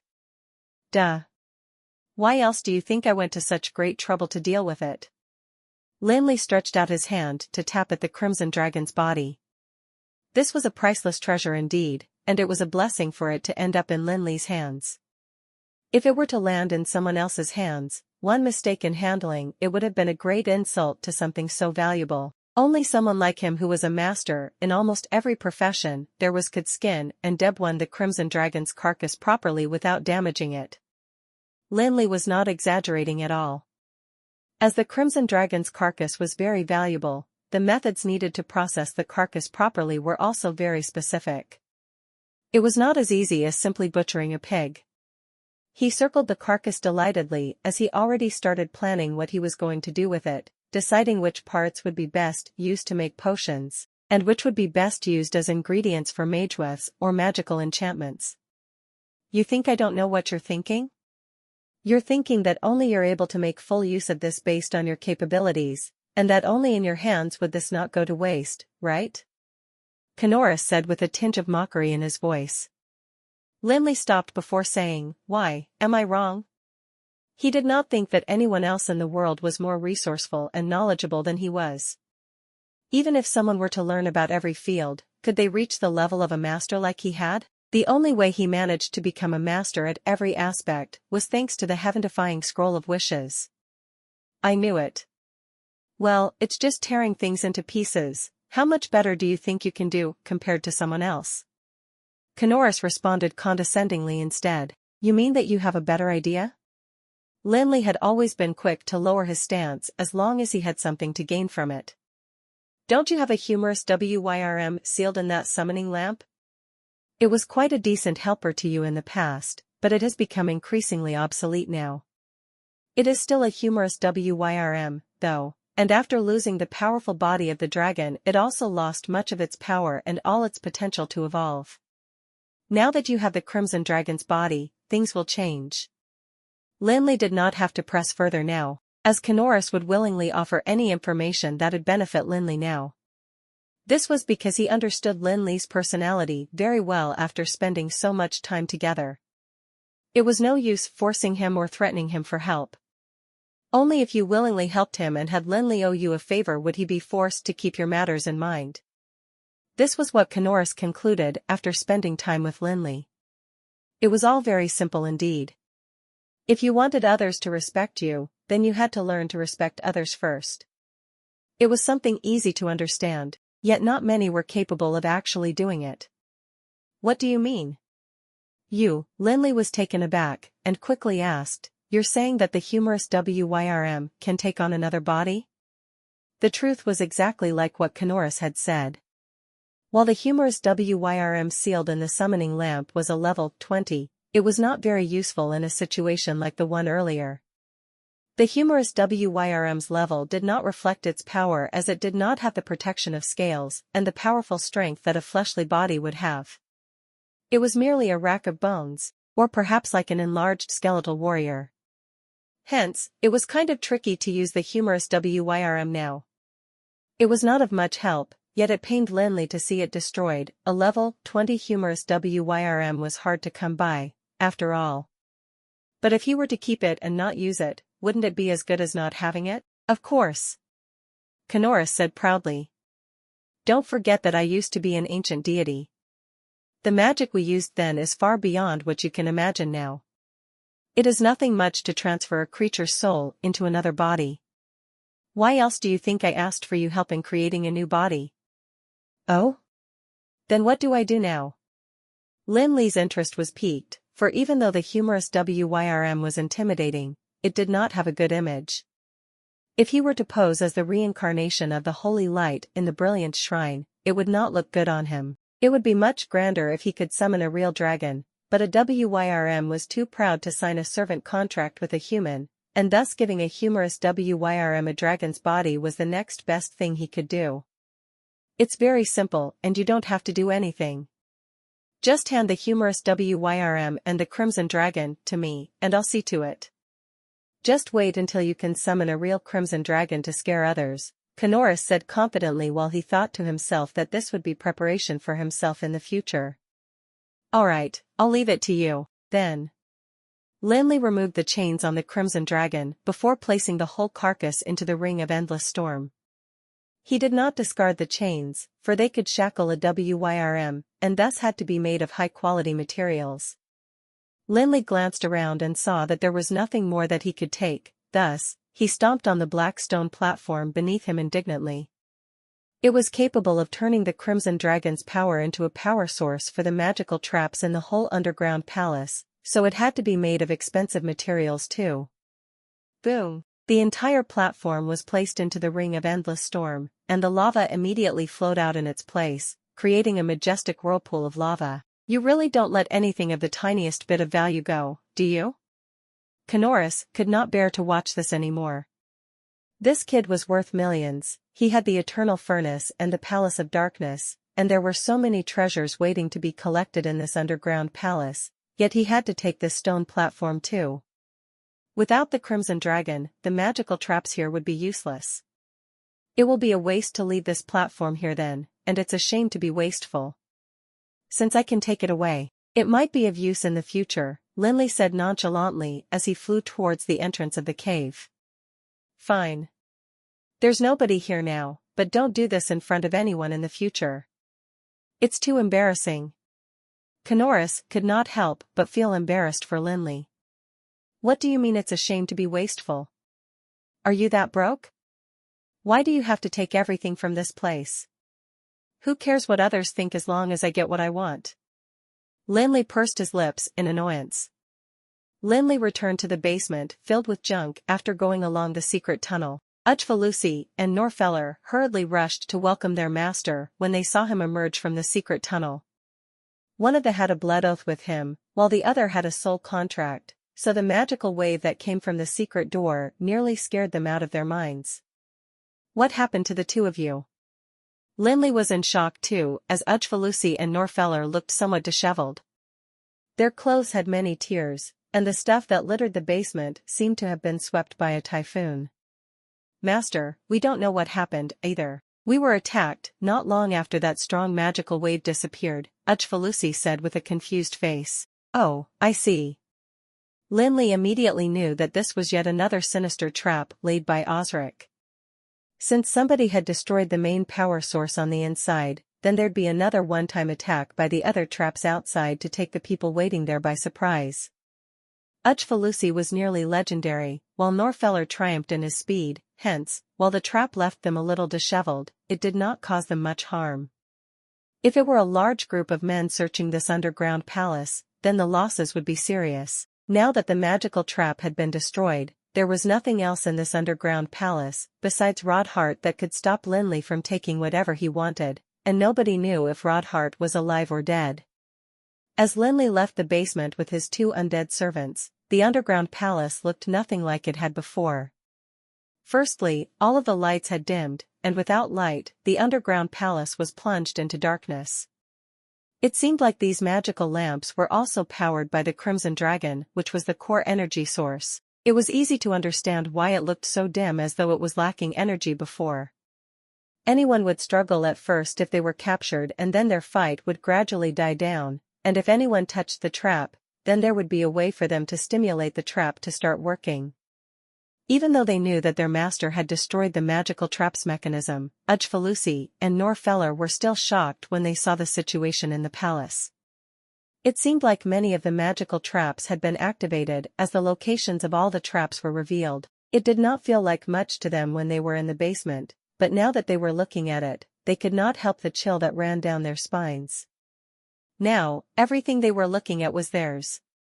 Nobody would mind getting too much money, and even though Lin Li had already gained a lot from the Throne of Darkness, he was still in a good mood to have another large sum of money going into his pockets. As he had already scanned the place using a warlock's eyes previously, Lin Li knew where everything was located, and thus he did not have to search any further. He merely led his two servants around from place to place, gathering everything they saw and placing it in the Ring of Endless Storm. He could contain the entire underground palace with the Ring of Endless Storm, much less just the treasures. However, Lin Li was not that in need of money, and thus he decided to have mercy and leave the underground palace whole. The same could not be said for the things that he could move. Not even a chair was spared, as everything went into the Ring of Endless Storm. Uchvalusi and Norfeller were servants, and thus could not comment much on what their master was doing. On the other hand, Kanoris had had enough, and was screaming in Lin Li's mind by now. Hey kid, you're too much. How is that chair of value to you? What do you know? This is an antique. Do you know how much Elven-style furniture is worth on the market? Lin Li casually pocketed a bookshelf, and just like that he emptied yet another house. Are you short of that money? Kanoris asked incredulously. I didn't say I was going to sell it. Anyway, the Tower of Dusk needs this furniture, so I might as well let them use it. Which other guild of magic would be able to use only elven-style furniture like us? Lin Li replied delightedly. Lin Li did not think much of it at first, as he simply wanted to collect everything he saw. Besides, the furniture was very beautiful, so it would be a waste to leave it here anyway. However, after he gave Kanoris a few patronizing replies, he realized that his idea was in fact a pretty decent one. If he wanted to attract more mages to join the Tower of Dusk, then he not only had to provide them with impeccable magical equipment and precious potions, he also had to make sure that their learning environment was comfortable. That was especially the case for a guild of magic, which was actually a very loose organization as opposed to a closely knit one. If he wanted to increase the mages' sense of belonging, then just providing them with material benefits was not enough, building upon their mental well-being was important too. Hence why having a legendary mage as the president was so influential. It meant that joining would give them a chance to be taught by a legendary mage. Having an elegant environment was also important for the mages as it would soothe their minds and increase their productivity at work. Even though the High Elves were cruel dictators and were overthrown by humans as a result, nobody could refute the fact that they had an understanding of the word elegance like no other. Every artifact left behind by the High Elves was a masterpiece highly valued by everyone. Many people, even mages, thought that owning a piece of elven-style furniture was something to be proud of. Now, if all the furniture used in the Tower of Dusk was of the elven style, it would become a lethal temptation to many mages. Nobody would refuse an elegant environment to work and learn in, and when they truly liked a place, that was when they'd start to develop a sense of belonging. Alright, you always have a reason for things. Kanoris admitted defeat. Nobody knew that he was with this fellow anyway, and even if it was embarrassing, it had nothing to do with Kanoris. Various precious magical ingredients, powerful magical equipment, and the lost chants that were written in the High Elf's print were all collected and placed in the Ring of Endless Storm. Lin Li was like a locust swarm, devouring everything he could without leaving a single thing behind. Well, he had taken over the entire Throne of Darkness back in the Abyss of Tharlan, so he was actually showing Osric respect by leaving the underground palace be. After taking away everything, Lin Li led his two servants back to that wall again. Even after taking all that he had taken, it was the things here that were of the most value to Lin Li. Lin Li stretched out his hand and pressed a magic-resistant gem. When he took his hand away, the magic-resistant gem bounced off the wall. He gave a slight nod of his head before he told Norfeller, "See what I did just now? Take all these stones off." "Yes, master." Norfeller's figure swerved, and a blurry figure could be seen gliding around the wall, accompanied by the sound of the magic-resistant gems bouncing off. He returned to Lin Li's side and handed over the bag filled with magic-resistant gem, the wall behind him bare save for the hundreds of holes that were once outfitted with magic-resistant gems. Lin Li tapped the wall with his hands. These magic-resistant gems were no less valuable than the things he had collected earlier, but what could there be behind this wall? Without the magic-resistant gems, the powerful aura that seeped through the wall seemed even more powerful than that of the Crimson Dragon. Lin Li was not afraid, however. He even felt a sense of familiarity from that powerful strength. "You sure you want to knock down this wall?" Kanoris asked with a bit of worry. Uchfalusi and Norfeller could not hear Kanoris, but they were thinking the same thing as they looked at Lin Li questioningly. The energy waves that came from the other side made them tremble uncontrollably as they were well aware of the fact that they were incredibly insignificant in front of this powerful strength. "Don't worry, I know what to do," Lin Li said as he waved and cast a spell. The once hardy wall was now incredibly weak without the magic-resistant gems. With just a simple spell, the wall fell as easily as shattered glass. As the wall collapsed, it revealed a 1,000-years-old secret. What appeared before Lin Li and the rest was a place much more spacious than the underground cave that the Crimson Dragon was in. It was also a world that made everyone feel strange. There were frozen flames and burning snow. It was a world of fire and ice, where large blocks of ice floated in lava. The two extreme forces were in conflict with each other as they continued to oppose each other, yet they were reborn again and again. They repeatedly suppressed each other, but strangely enough, none of them gained the upper hand. Even Kanoris was stunned. Two forces that could not coexist with each other but were trapped in the same place. What exactly was this Osric thinking? Lin Li lifted his head, only to see a stream of blue and a stream of red light zip across the sky, sometimes entangled with each other as they took turns to play catch. No wonder he felt a sense of familiarity from here. Lin Li was now sure that the two streams of light that were chasing after each other were two of the 7 pieces of debris of the stars, the polar snow which represented the water element and the raging flames which represented the fire element. That was right, that was it, the polar snow and raging flames. Lin Li's feelings were indescribable as he was shocked that the polar snow and the raging flames would be here. He was also trying to contain his emotions and felt a hint of nostalgia upon seeing them.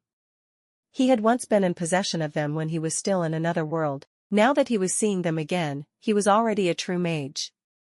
The 7 pieces of the debris of the stars contained the basic elemental rules that the world was constructed of. Polar snow and raging flames were also the 2 most powerful pieces of them. The polar snow contained the water elemental rule, and as water had no fixed shape, the polar snow could take on many different forms. It could turn into tidal floods and swallow the earth, or become invisible frost to freeze up everything in the world. The raging flames contained the fire elemental rule and was violent, using its strength to sweep through everything, leaving nothing but ashes in its wake. As the polar snow and the raging flames were 2 of his favorite pieces of the debris of the stars, many powerful magical beasts in the endless world had died a horrible death to them. He had accomplished the highest-paying mission back in the endless world thanks to the polar snow and raging flames, leaving behind a legend as he did so. While others thought that he had finished the mission with a tinge of a legendary flavor, Lin Li thought that there was much more he could have improved on. It had been a fight with a magma python that lived in the deeper parts of a volcano. As it lived in a scalding environment, it not only had powerful physical strength, but was also gifted with fire element magic of all kinds. Having spent years in magma, it was also covered by a hardy layer of crystallized armor, which not only protected it from ordinary weapons, but also made it very resistant to magic. Even striking at it with full force using a magical weapon could not break through the magma python's defenses. For some reason, the magma python had left the volcano it lived in, and Bright Moon City at the foot of the mountain was turned into a sea of fire overnight as the magma python crazily attacked everything in its sight. Not even the gamers' organizations and the city militia could stop the magma python's attacks, and so the Castellan announced an unprecedented mission reward of 1 million gold coins to the person who killed the magma python in order to protect the city. Lin Li had just emerged from the Well of the Sun then. In order to obtain the legendary weapon, the Stars of Fury, he had devoted all his assets, so when he saw the mission announced by Bright Moon City, he was tempted as the huge reward was a timely financial aid for him. He rushed overnight to reach the city engulfed in flames and faced the magma python alone. While everyone thought that he was going to meet his death, he had taken down the magma python that left everybody helpless with just a strike from the polar snow and the raging flames, making it disappear in a puff of smoke in an instant. While others thought that it was a legendary feat, Lin Li thought that it was far from one. The polar snow and the raging flames were so incredibly powerful that was hardly a fight at all as there was no danger in it whatever. The polar snow could take on countless forms, while the raging flames was capable of burning down everything. Once Lin Li had both of these pieces of the debris of the stars, his power would increase tremendously, marking an otherworldly difference. After all, just one strike of the polar snow and the raging flames wiped out the magma python that not even its bones were left. Even though Lin Li did not have the Stars of Fury now, and could not maximize the effect of the 2 pieces of the debris of the stars, he still had the light and dark pieces of the debris of the stars, and that was usually enough to make other legendary powerhouses avoid him. Actually, the most important thing to Lin Li now was not to use these pieces of the debris of the stars as a weapon. He was, after all, no longer the hunter from the game, but a true mage. The most important thing for him now was to understand and use the elemental rules, and the pieces of the debris of the stars were brimming with the purest elemental rules. Lin Li had understood the darkness and light rules from the gloomy dark and the holy light, and even though it was only a shallow understanding, he had been able to use the gloomy dark and holy light to create a magical domain of frost, light, and darkness. With that magical domain, he was able to take down a powerful opponent like the Lord of Darkness even though he had just entered the legendary realm. A magical domain's power was not determined by its purity, as too extreme of one kind of power would only result in one losing the others. Hence, the most powerful magical domain in the eyes of mages was the world they lived in. It was thus every mage's dream to create a magical domain as close to the world as possible. However, it required an incredibly large amount of effort for a mage to understand every rule, and it required luck as well. It was hard to even understand, much less master, even one of the 7 rules that governed the world of Anril, so who could master all 7 of them? Hence, creating a magical domain that was comparable to the real world was still something that only existed in theory. Lin Li did not know whether humans were capable of creating the world, and he did not bother thinking that far either. What he knew was that now that he would once again be in possession of the polar snow and the raging flames, he could use their strength to understand the water and fire elemental rules and make his magical domain even more powerful. In the magical domain of frost, light, and darkness that Lin Li had created, the frost rule was the one that he had truly mastered, and it was also the one that he had based his magical domain on. The other 2 rules, light and darkness, were only there because he had external aid, and he could only depend on the frost rule to form the magical domain. As the frost rule was a secondary rule derived from the water rule, TS power was limited as compared to the 7 basic rules. Amongst the 3 rules that the frost, light, and darkness magical domain was constructed of, the frost rule could be said to be a short board of the magical domain. However, once he had gotten hold of the polar snow, he would be able to use the power it contained to perfect the frost rule and even transform it into the primary and original form of water elemental rule. Ultimately, he would be able to turn his frost domain into a water domain. As a legendary mage, Lin Li knew very well what a magical domain created from a primary rule entailed. Hence, all the magical domains created from secondary rules would lose their purpose to him. Every mage knew that the different elements had a suppressing effect on each other, but this was not an absolute. In the fight with the Crimson Dragon, for example, it should have been the water element suppressing the fire element, yet the water element had no chance of truly retaliating. If not because he had fashioned an area of inert fire element, there would have been no opportunity for him to unleash his frost domain. However, a secondary rule and a primary rule had a relationship like that of a master and a servant, a relationship that would not change no matter how powerful either of the rules was. A secondary rule that was derived from a primary rule would always have to submit to a primary rule no matter how powerful it was, which was to say, when Lin Li was able to create a water domain, all the legendary mages with a frost domain would have to submit to him no matter how powerful they were. Besides, due to the popularity of ice element magic in this world, many mages would choose to create a frost domain after they reached the legendary realm.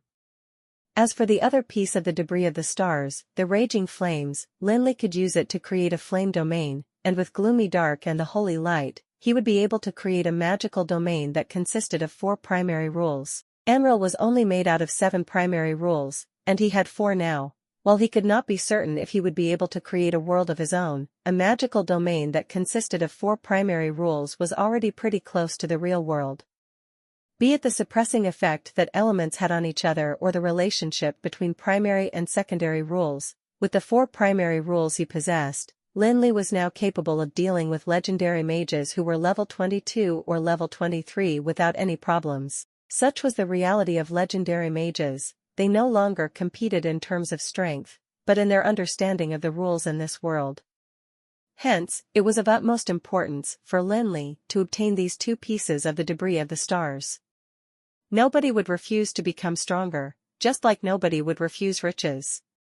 Moreover, based on the information he got from Tutankhamun, he would have to save the world in another couple of years.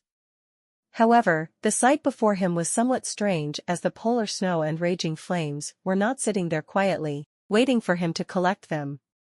Instead, they had turned into 2 streams of light chasing each other in the sky like children playing together. This was hard to believe as they were of opposing natures. The polar snow and the raging flames were just like the gloomy dark and the holy light, The gloomy dark and the holy light would fight each other to death if they met, and the polar snow and raging flames should not be much better. Looking at this now, however, it seemed that the polar snow and the raging flames had completely abandoned their nature. The surroundings were even more peculiar as burning flames and chilling cold seemed to coexist perfectly in this strange world, despite being of opposing natures. Lin Li could even feel that the water element and the fire element in this world were so high in terms of purity that they were well on the way to form a magical domain. Natural. A naturally occurring magical domain. Lin Li was taken aback, even Juresco appearing before him would not make him feel so surprised. A naturally occurring magical domain? Perhaps nobody in Amril had witnessed something like that, much less him. Even people who had not learned magic would know that water and fire opposed each other, just like light and darkness. For them to coexist, there had to be a third element to serve as a mediator. Usually, it would be the earth or the wind element for water and fire, while it would usually be chaos for light and darkness. Without the mediating element, the opposing elements would definitely not be able to coexist, and the consequences of forcing them to would be unthinkable. There was a very powerful magical trap that forced two opposing magical elements together but kept them separated using some method.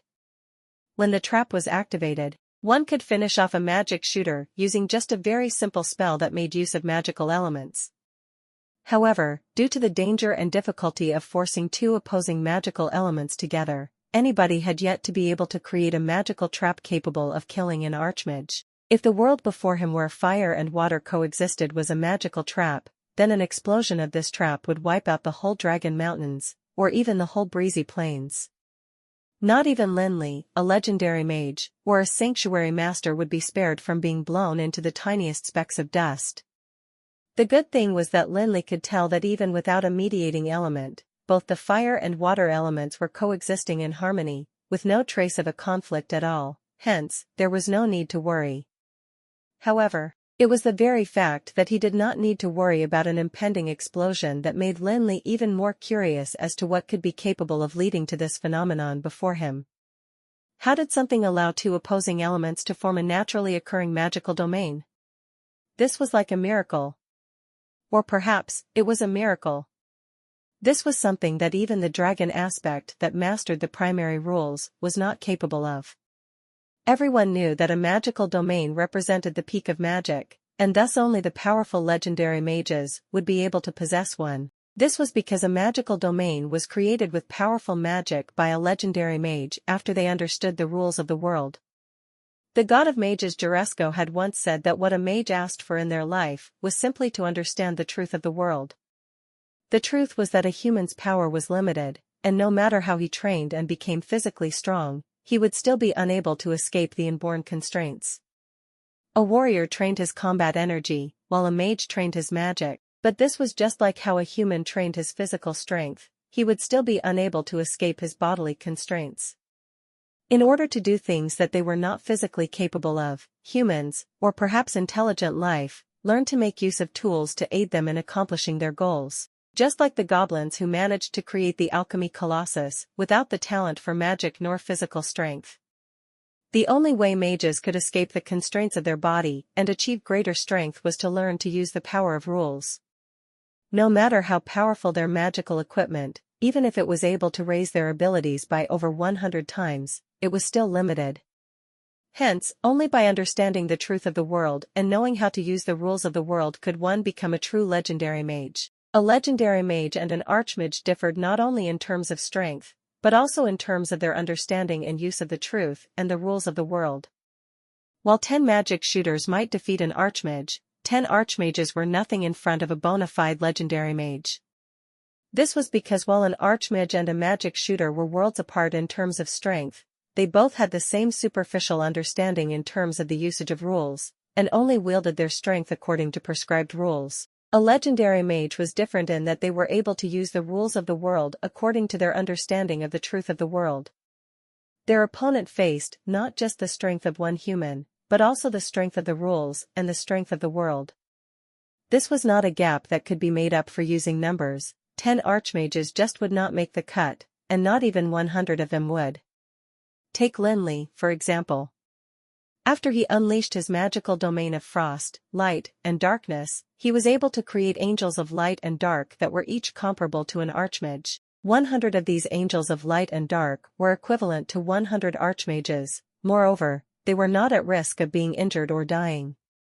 Such was a legendary mage. He was not actually a human now, but someone who had already stepped into the realm of the deities and spirits, someone who was able to command the strength of the world at his will. Nobody apart from a legendary mage, no matter if it was the most powerful sword sage or the most powerful magical beast, even if it was one that had stepped into the sanctuary realm, would be able to possess a true magical domain. Perhaps they could use their combat energy or mana to replicate a magical domain, but the power it held would be much less than that of a true magical domain, and it would cost them an unimaginable amount of mana or combat energy every second. Hence, no sword sage or magical beast would be willing to do something like that unless they really had to. The requirements to create a magical domain were unusually strict, hence, it was unusual for there to be naturally occurring magical domains, much less one that was created from two opposing elements. The sight before Lin Li stunned him, as even though he was a master or a guru in many aspects, he was unable to explain the phenomenon. This was something that went against everything he knew and everything that the laws of nature stood for. It was hard to explain what was going on here with the knowledge he had. Looking at the two streams of light that continued to play tag in the sky, Lin Li could only silently associate all of this with the polar snow and the raging flames. They both represented the most primary water and fire rules, respectively, and nobody knew how long they had coexisted in this place. While he could not find any theory to back this, it did not seem all that impossible to attribute everything he saw to the creation of the polar snow and the raging flames. While they were both opposing elemental rules, fire and water had a different relationship from that between light and darkness. Light and darkness opposed each other in the sense that only one of them could exist at any one point in the same place. In the presence of darkness, there could be no light. In the presence of light, darkness would cease to exist. Hence, shadows only existed in places that light could not reach, and when light did, the shadows would disappear. However, water and fire were different. Rather than saying that they opposed each other, it would be more accurate to say that they affected each other.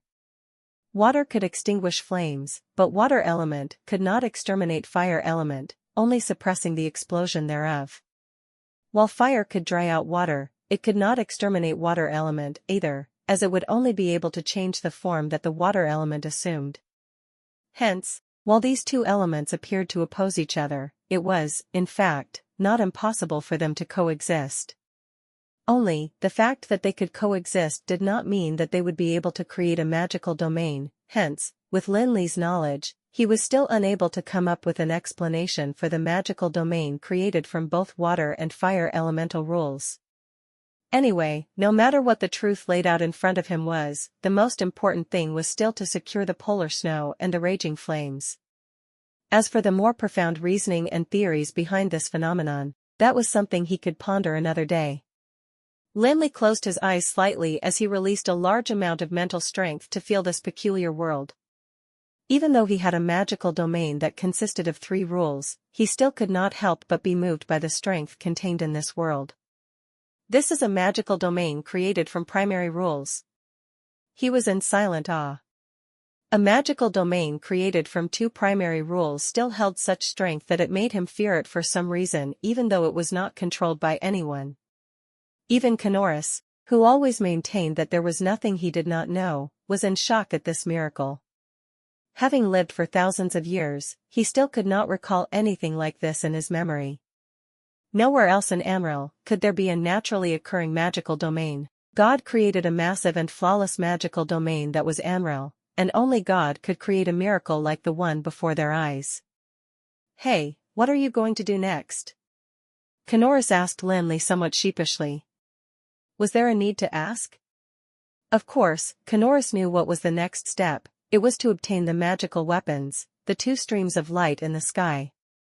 Even though he did not know about the debris of the stars, but with his incredible sensitivity to strength, he could clearly tell that the 2 streams of light in the sky that appeared to have a life of their own were not magical beasts, but 2 very powerful magical weapons. According to his predictions, while the two magical weapons had yet to reveal their true form, they were no less powerful than the Titan dragon spear used during the prehistoric times, a magical weapon that was hard to come by, yet there were even two of them here. He was really insanely jealous of Lin Li's luck. However, the question of how to collect magical weapons that were as powerful as these two was something that haunted Kanoris since the start. He was sheepish, because if Lin Li were to ask him how he was going to collect these magical weapons, he would not know how to answer him. He was the all-knowing soul trader, yet today alone he had come across too many things that he did not know. This would be terrible for his reputation if it continued. Kanoris did not know that Lin Li did not have to ask him how to collect the polar snow and the raging flames. He'd once been the owner of the 7 debris of the stars and the stars of fury, after all, so nobody knew the 2 pieces of the debris of the stars better than him in this world. It was nothing for him to collect them. He had managed to collect all these legendary weapons back when they had formed a complete world in the Well of the Sun, much less just a naturally occurring magical domain formed from just the polar snow and the raging flames. Oh? You can tell that these are magical weapons.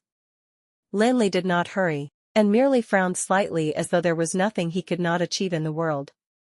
Nothing in this world can escape my eyes. Kanoris started tooting his own horn out of habit before continuing. In my opinion, these 2 magical weapons are no less powerful than the Titan dragon spear from the prehistoric times, and if you were to really collect them, then you'll really have it all. Unfortunately, if it was the Titan dragon spear, I would be able to help you, but these 2. Oh right, do you know what the Titan dragon spear is? That was the weapon the Titans used to kill the Wyrms. Whatever. I'm talking about the present, so why are you talking about the Titan dragon spear? Lin Li said, annoyed. Kanoris was silent for a while, defeated, before he said, alright, I'll just say it. Even though I can tell that these are powerful magical weapons, I don't think it'll be easy to collect them, and I don't have any idea how to do so, either. So, I would suggest you give it up since it's not very likely for you to be able to overcome the strength of these magical weapons to subdue them, and you might even be wounded by them. Kanoris could not think of any method to collect them, and did not think that Lin Li would do better, either. He was an ancient deity that had lived for thousands of years, after all, and no matter how gifted Lin Li was, he just had not seen as much as Kanoris had. Now, he was worried that Lin Li would be too stubborn. While there was no one using these magical weapons, it did not look like they were just waiting to be collected, either. Lin Li could hear Kanoris's concern, and thus he laughed as he replied, haha, don't worry, that's not what I'm worried about. There's something else. Kanoris did not calm down when he heard Lin Li. Instead, he became even more worried that something would happen to Lin Li, and he would suffer along with him. He anxiously persuaded Lin Li in his mind. I know that everything has been going smoothly for you, and even if there were dangers, you managed to avoid them, which is why you think you have everything under your control now. But I have to emphasize that you are unable to suppress the power of these 2 magical weapons. Kanoris's nagging was incredulous to Lin Li, hence, he only repeated, don't worry. Am I someone who goes in without thinking? If I say that I know what to do, then I really do, so don't worry about that. I have another problem that I need you to give me ideas for. Maybe I will be able to solve it then. The real problem to Lin Li was what he was going to do about this naturally occurring magical domain after he was done collecting the polar snow and raging flames. It was such a miracle that there might only be one such magical domain in the whole Anrel, and if he were to bid it goodbye, it might be next to impossible to see another one like this again. It was a miracle, because it was something possible only with the power of God, but it did not mean that it had to be the work of God. One thing for sure was that this could not possibly have been done by humans, because a naturally occurring magical domain had very strict requirements that could not be compared with a magical domain created by a legendary mage. A magical domain created by a legendary mage could have different rules, and as the legendary mage could serve as a mediator, these rules did not have to exactly balance out. As long as it was within the means of the legendary mage, the construction of the magical domain would not be affected even if one rule was weaker or stronger than the others. It was just like how Lin Li's magical domain created from frost, light, and darkness had 3 rules that coexisted with each other. The frost rule was the weakest, and while the light and darkness were primary rules, they were opposing ones. In other circumstances, light and darkness could not coexist, but with Lin Li's powerful mental strength and his understanding and use of rules, the three vastly different rules were able to exist in flawless harmony. It was different with natural magical domains as there was no legendary mage to serve as a mediator. It was like balancing on a thread, one imbalance could destroy the whole magical domain. There were too many factors that could affect the balance in a natural environment. There were natural phenomena that could affect the balance, and even a small fly could shatter that immaculate balance that was required to keep the magical domain intact. Hence, a natural magical domain was not something that was achievable by a human, and thus a miracle. But, even God might not be able to perfectly replicate this natural magical domain. This world where fire and water coexisted was probably the most well-balanced magical domain in the world, as both the water and fire primary rules were able to coexist so flawlessly here. Even though a large part of it was due to the polar snow and the raging flames, such flawless harmony was already so impressive that even someone from the sanctuary realm might not be able to replicate it. As all of this was naturally formed without any interference from external factors, this could not simply be attributed to luck. A coincidence might result in a surprising incident, but who knew how many coincidences were needed to create such a naturally occurring magical domain? And Lin Li had a gut feeling that if he were to leave the polar snow and the raging flames here, this magical domain would one day evolve into a complete world, one where there were only two primary rules, water and fire. By then, the magical domain would be steady on its own, and no external factor would be able to affect it. When Lin Li took the polar snow and the raging flames, then, it would not cause any damage to this magical domain, either. Unfortunately, Lin Li did not have the time to wait for that day to come based on the situation now. According to Tutankhamun, he only had a couple of years or so, and in that short amount of time, he had to do all he could to increase his power. The legendary realm was simply not enough, and the sanctuary realm was only a minimum that he had to attain. If he wanted to be able to protect all he wanted to protect when the disaster struck Anril, then he could not hesitate in the least. He would not mind much even if he was not the savior, as it was not in his nature to hide when that day really came, either. It was hard to find an egg intact in a destroyed nest, after all, and if such a disaster befell Anril, it would not be possible for him to escape unscathed alone. Moreover, Lin Li had not attained the level of not having any worldly attachments, either. He had come from another world, and did not have any kin in Anril, while due to his pursuit of magic, he did not have a lover, either. However, be it the amateur pharmacist Andoin who'd taught him magic when he'd first arrived in Anril, or Jirian, the bad-tempered fatty, or even the old fellow who took care of him after that, they held an important place in his heart even though they were always rude to him when they spoke. If he was able to let these old fellows continue spending their days pondering over pharmaceutics, then what was a bit of hard work on his part? Since he had to do something anyway, why should he tire himself over a dilemma? He would only mess up everything if he were to refuse being the savior on one hand, while tiring himself out trying to save everyone on the other. There was nothing bad about being a savior to Lin Li, as it was a proper title anyway. A title that he could use to ask those old fellows for something in return. He was already the incarnation of the darkness in Sendro's eyes, and he could always use the holy light to pretend to be the son of the holy light too. Only a fool would reject such a good deal. Hence, Lin Li had to obtain the polar snow and the raging flames as soon as he could, no matter what. These were two incredibly powerful weapons, and were also the shortcut for him to understand more powerful primary rules. There was also an even more important reason, and that was that he would now have 4 of the 7 pieces of the debris of the stars along with the gloomy dark and the holy light, but it was not just the number that mattered. The truth was that back in the Demon Fall Valley at Gerosis, when he had obtained the holy light in the underground palace, Lin Li had already had a peculiar feeling. He did not think that when he arrived in Anril, he would once again see the debris of the stars that he'd once possessed. He did not think that he was once again in possession of the holy light just because of sheer luck, but rather that there was something leading him along. The feeling intensified when he came across the second piece of the debris of the stars, the gloomy dark, in the scar of death. Looking at the polar snow and the raging flames now, Lin Li believed that he would soon come to possess all 7 pieces of the debris of the stars and the stars of fury. Until then, whether one held 3 or 4 pieces of the debris of the stars would be totally different situation. No one could guarantee whether stars of fury and the remaining 3 pieces of the debris of the stars would be quietly lying around at some corner, waiting for collection just like holy light, gloomy dark, and raging flames. Maybe they were in the hands of a powerful opponent, whereas he needed to exhaust all his knowledge and experience from the endless world to obtain them. It was imperative to collect raging flames and polar snow, but the collection of these two would certainly lead to the destruction of the entire natural magical domain. For a natural wonder with such uncanny craftsmanship, Lin Li couldn't bear to destroy it so completely. It was an utter sin for a mage like Lin Li. Do you mean to take away those 2 magical weapons and also maintain this natural magical domain? Upon hearing Lin Li's question, Kanoris secretly cursed Lin Li for throwing such a conundrum at him. A hard problem like this was even more troublesome than collecting the 2 magical weapons. Yes, think about it. I could use something like those ancient demonic runes you've given me back at the Throne of Darkness. Lin Li suppressed his anxiety and tried to give Kanoris some inspiration, be it useful or not. This is a divine place.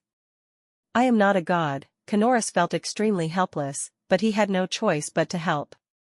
He could only rummage through all his memories, hoping to find a solution. What about that demonic runes from the Throne of Darkness? Is that useful here? Asked Lin Li. No. That Throne of Darkness was the magical domain created by the Dragon of Destruction for its clone, but since it's generally out of the sphere of magical domain and can be considered a magical item, it's totally different from this natural magical domain, said Kanoris. He was getting a headache from all this. Then what should we do? This may be the only natural magical domain in the whole Anreal. Are we really going to destroy it with our hands? Said Lin Li regretfully as he stared at this bizarre water and fire world before him. Just then, an idea suddenly came to Kanoris' mind. He said, how about we shift this natural magical domain inside the eternal furnace? Shift it to the eternal furnace? Lin Li contemplated. It was indeed a way, but the difficulty of its execution was immense. Naturally occurring magical domains weren't like the Throne of Darkness left behind by the Dragon of Destruction. The Throne of Darkness was sustained by the Dragon of Destruction's power and had already been formed way back in the Dark Age. Even after the fall of the Dragon of Destruction and disappearance of the Lord of Darkness, the Throne of Darkness still remained standing. This natural magical domain was different. It was a nearly complete realm by itself. Polar snow and raging flames were the 2 core mantras and also the center of this realm. It was even right to say that they were the strong points of this entire realm. Once they were taken away, the entire realm would naturally collapse as a result. Therefore, even if this natural magical domain was shifted to the eternal furnace, it would inevitably collapse after polar snow and raging flames were collected, unless one was powerful enough to create another strongpoint. However, raging flames and polar snow were true artifacts representative of the powerful presence of the basic rules of the water and fire worlds. Not to mention his current self, even if Lin Li could one day reach the sanctuary realm, he probably wouldn't be able to create a new raging flames and polar snow. Kanoris felt that his thoughts were finally clear. He quickly said, though we can't possibly create new strongpoints for this realm, we possess the eternal furnace and the fire wyrm's magical crystal. Lin Li was stunned, and doubtfully asked, so what? Judging from his tone, Kanoris was pretty pleased with himself. He explained, though fire wyrm's magical crystal isn't as powerful as raging flames, it fundamentally displays the same fire elemental rule. If you can get one more identical ice wyrm's magical crystal, maybe we can replace polar snow and raging flames with them. Lin Li shook his head and laughed bitterly. That's an ancient fire wyrm's magical crystal. Ancient wyrms are all at least level 25 in strength. Do you think it's realistic for me to fight another ancient ice wyrm that's at least level 25 with my current abilities? Besides, even if I really killed a level 25 and above ancient ice wyrm and got its magical crystal, how do I ensure that these 2 magical crystals can reach a true equilibrium here? You should know that this is a natural magical domain. Other than raging flames and polar snow, nothing can possibly maintain this absolute equilibrium. Aware of Lin Li's doubts, Kanoris wasn't dejected in the slightest. Instead, he smiled and commented, "Heh heh, I've thought of it already. There's no need for absolute equilibrium in the first place, you just need a bit of time." That's right, at most 1 second is enough. Oh? How's that? Lin Li was stunned by Kanoris' words. Kanoris asked, "Do you remember what I told you before about shifting the darkness domain to the eternal furnace?" Lin Li nodded, and replied, "I remember that, but we didn't have time for that since we got out of the abyss of Tharlan." Then do you know what's the most distinct feature of the Throne of Darkness, or in other words, the darkness domain? Kanoris continued to show off. Is it engulfment? Lin Li wasn't annoyed by Kanoris showing off. As long as he could get what he wanted, it didn't hurt to satisfy Kanoris' emotional needs. Indeed, it's engulfment. Kanoris was very pleased that Lin Li played along. He continued, "The most distinct feature of the darkness domain is engulfment, the ability to engulf everything. No matter how powerful this natural magical domain is, as long as the eternal furnace can integrate the darkness domain, you can use that 1 second for the darkness domain to engulf it completely." But after engulfment? Hearing that, Kanoris stopped all of a sudden. Lin Li asked, "What happens after engulfment?" As a mighty ancient deity who had lived for millions of years, to say that there was anything one didn't know was a total humiliation, at least the know-it-all Kanoris thought so. Before this, he felt really embarrassed that he failed to recognize the magic gears beforehand. Later, he was even more ashamed and furious that he knew not how to collect the two powerful magical weapons. Now, it was finally time to prove himself.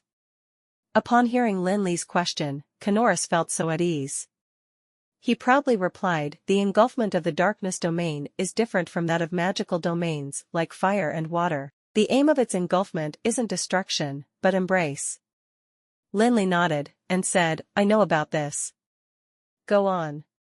Speaking of engulfment, any type of magical domain was capable of some ability that could be considered engulfment, just that the characteristics of each ability were different. For example, fire used combustion as means to engulf things to enhance its own power. Meanwhile, water used infiltration as means of engulfment. Be it horrendous floods or narrow streams, all of them were insidiously engulfed via infiltration. Wind used corrosion, and earth used burying. Every element had its own unique engulfment ability. However, under current circumstances, nothing was more suitable than darkness domain's engulfment. Lin Li wanted to preserve this natural magical domain instead of destroying it to obtain its power. Thus, the all-embracing engulfment of the darkness domain was the most suitable. To explain it roughly with a metaphor, when night fell and darkness loomed everywhere, did everything disappear in darkness? No, after darkness receded, everything was still there. Although this was only a metaphor which had many loopholes, it was good enough to show the all-embracing characteristic of the darkness domain. Lin Li had quite some knowledge about the engulfing abilities of each domain, especially that of the darkness domain. This was because he held on to the debris of the star's gloomy dark, which had helped him to comprehend the laws of darkness greatly. However, to use a magical domain to engulf another magical domain was something Lin Li had never done, and he found it quite hard to imagine. Therefore, how to engulf, what would happen after engulfment, such questions had to be answered by Kanoris, who gave him this suggestion. It will be remarkable after engulfment. The natural magical domain will completely integrate with the eternal furnace. That would be as good as the darkness domain. The knowledgeable ancient deity Kanoris was unable to contain his excitement just thinking about this. Hearing Kanoris' words, Lin Li raised his eyebrows and wasn't too convinced. He said, "But the Throne of Darkness is a magical domain created by the Dragon of Destruction." What was the Dragon of Destruction? That was the dragon aspect of the Emerald World. It held the purest power of the laws of darkness, and stood at the top of the pyramid in this world. Although the Dragon of Destruction was killed by the immortal king, that didn't mean that the Dragon of Destruction was weak. It only meant that the immortal king was too powerful. There was also a significant element of luck involved in his victory. No matter how perfect and powerful the darkness domain is, it's only created by the dragon of destruction. Unless you have truly mastered the laws of darkness, or you're an incarnation of the dragon of destruction like the Lord of Darkness, it's impossible to release the true abilities of the darkness domain even after shifting it to the eternal furnace. Kanoris couldn't conceal the pride in his voice. After hearing this, Lin Li suddenly understood that Kanoris wasn't trying to say that the darkness domain created by the dragon of destruction was weak, but that a powerful item that couldn't release all its power was no better than a weak one. The throne of darkness was created by the dragon of destruction. Even though Lin Li had obtained the dragon crystal of the dragon of destruction and occupied the status of Lord of Darkness and the throne of darkness, he didn't create them by himself using the rules overall. Hence, he couldn't release the true powers of the throne of darkness naturally. Thank you for watching Mystic Realms Recap. Please like, share and subscribe. Have a great day.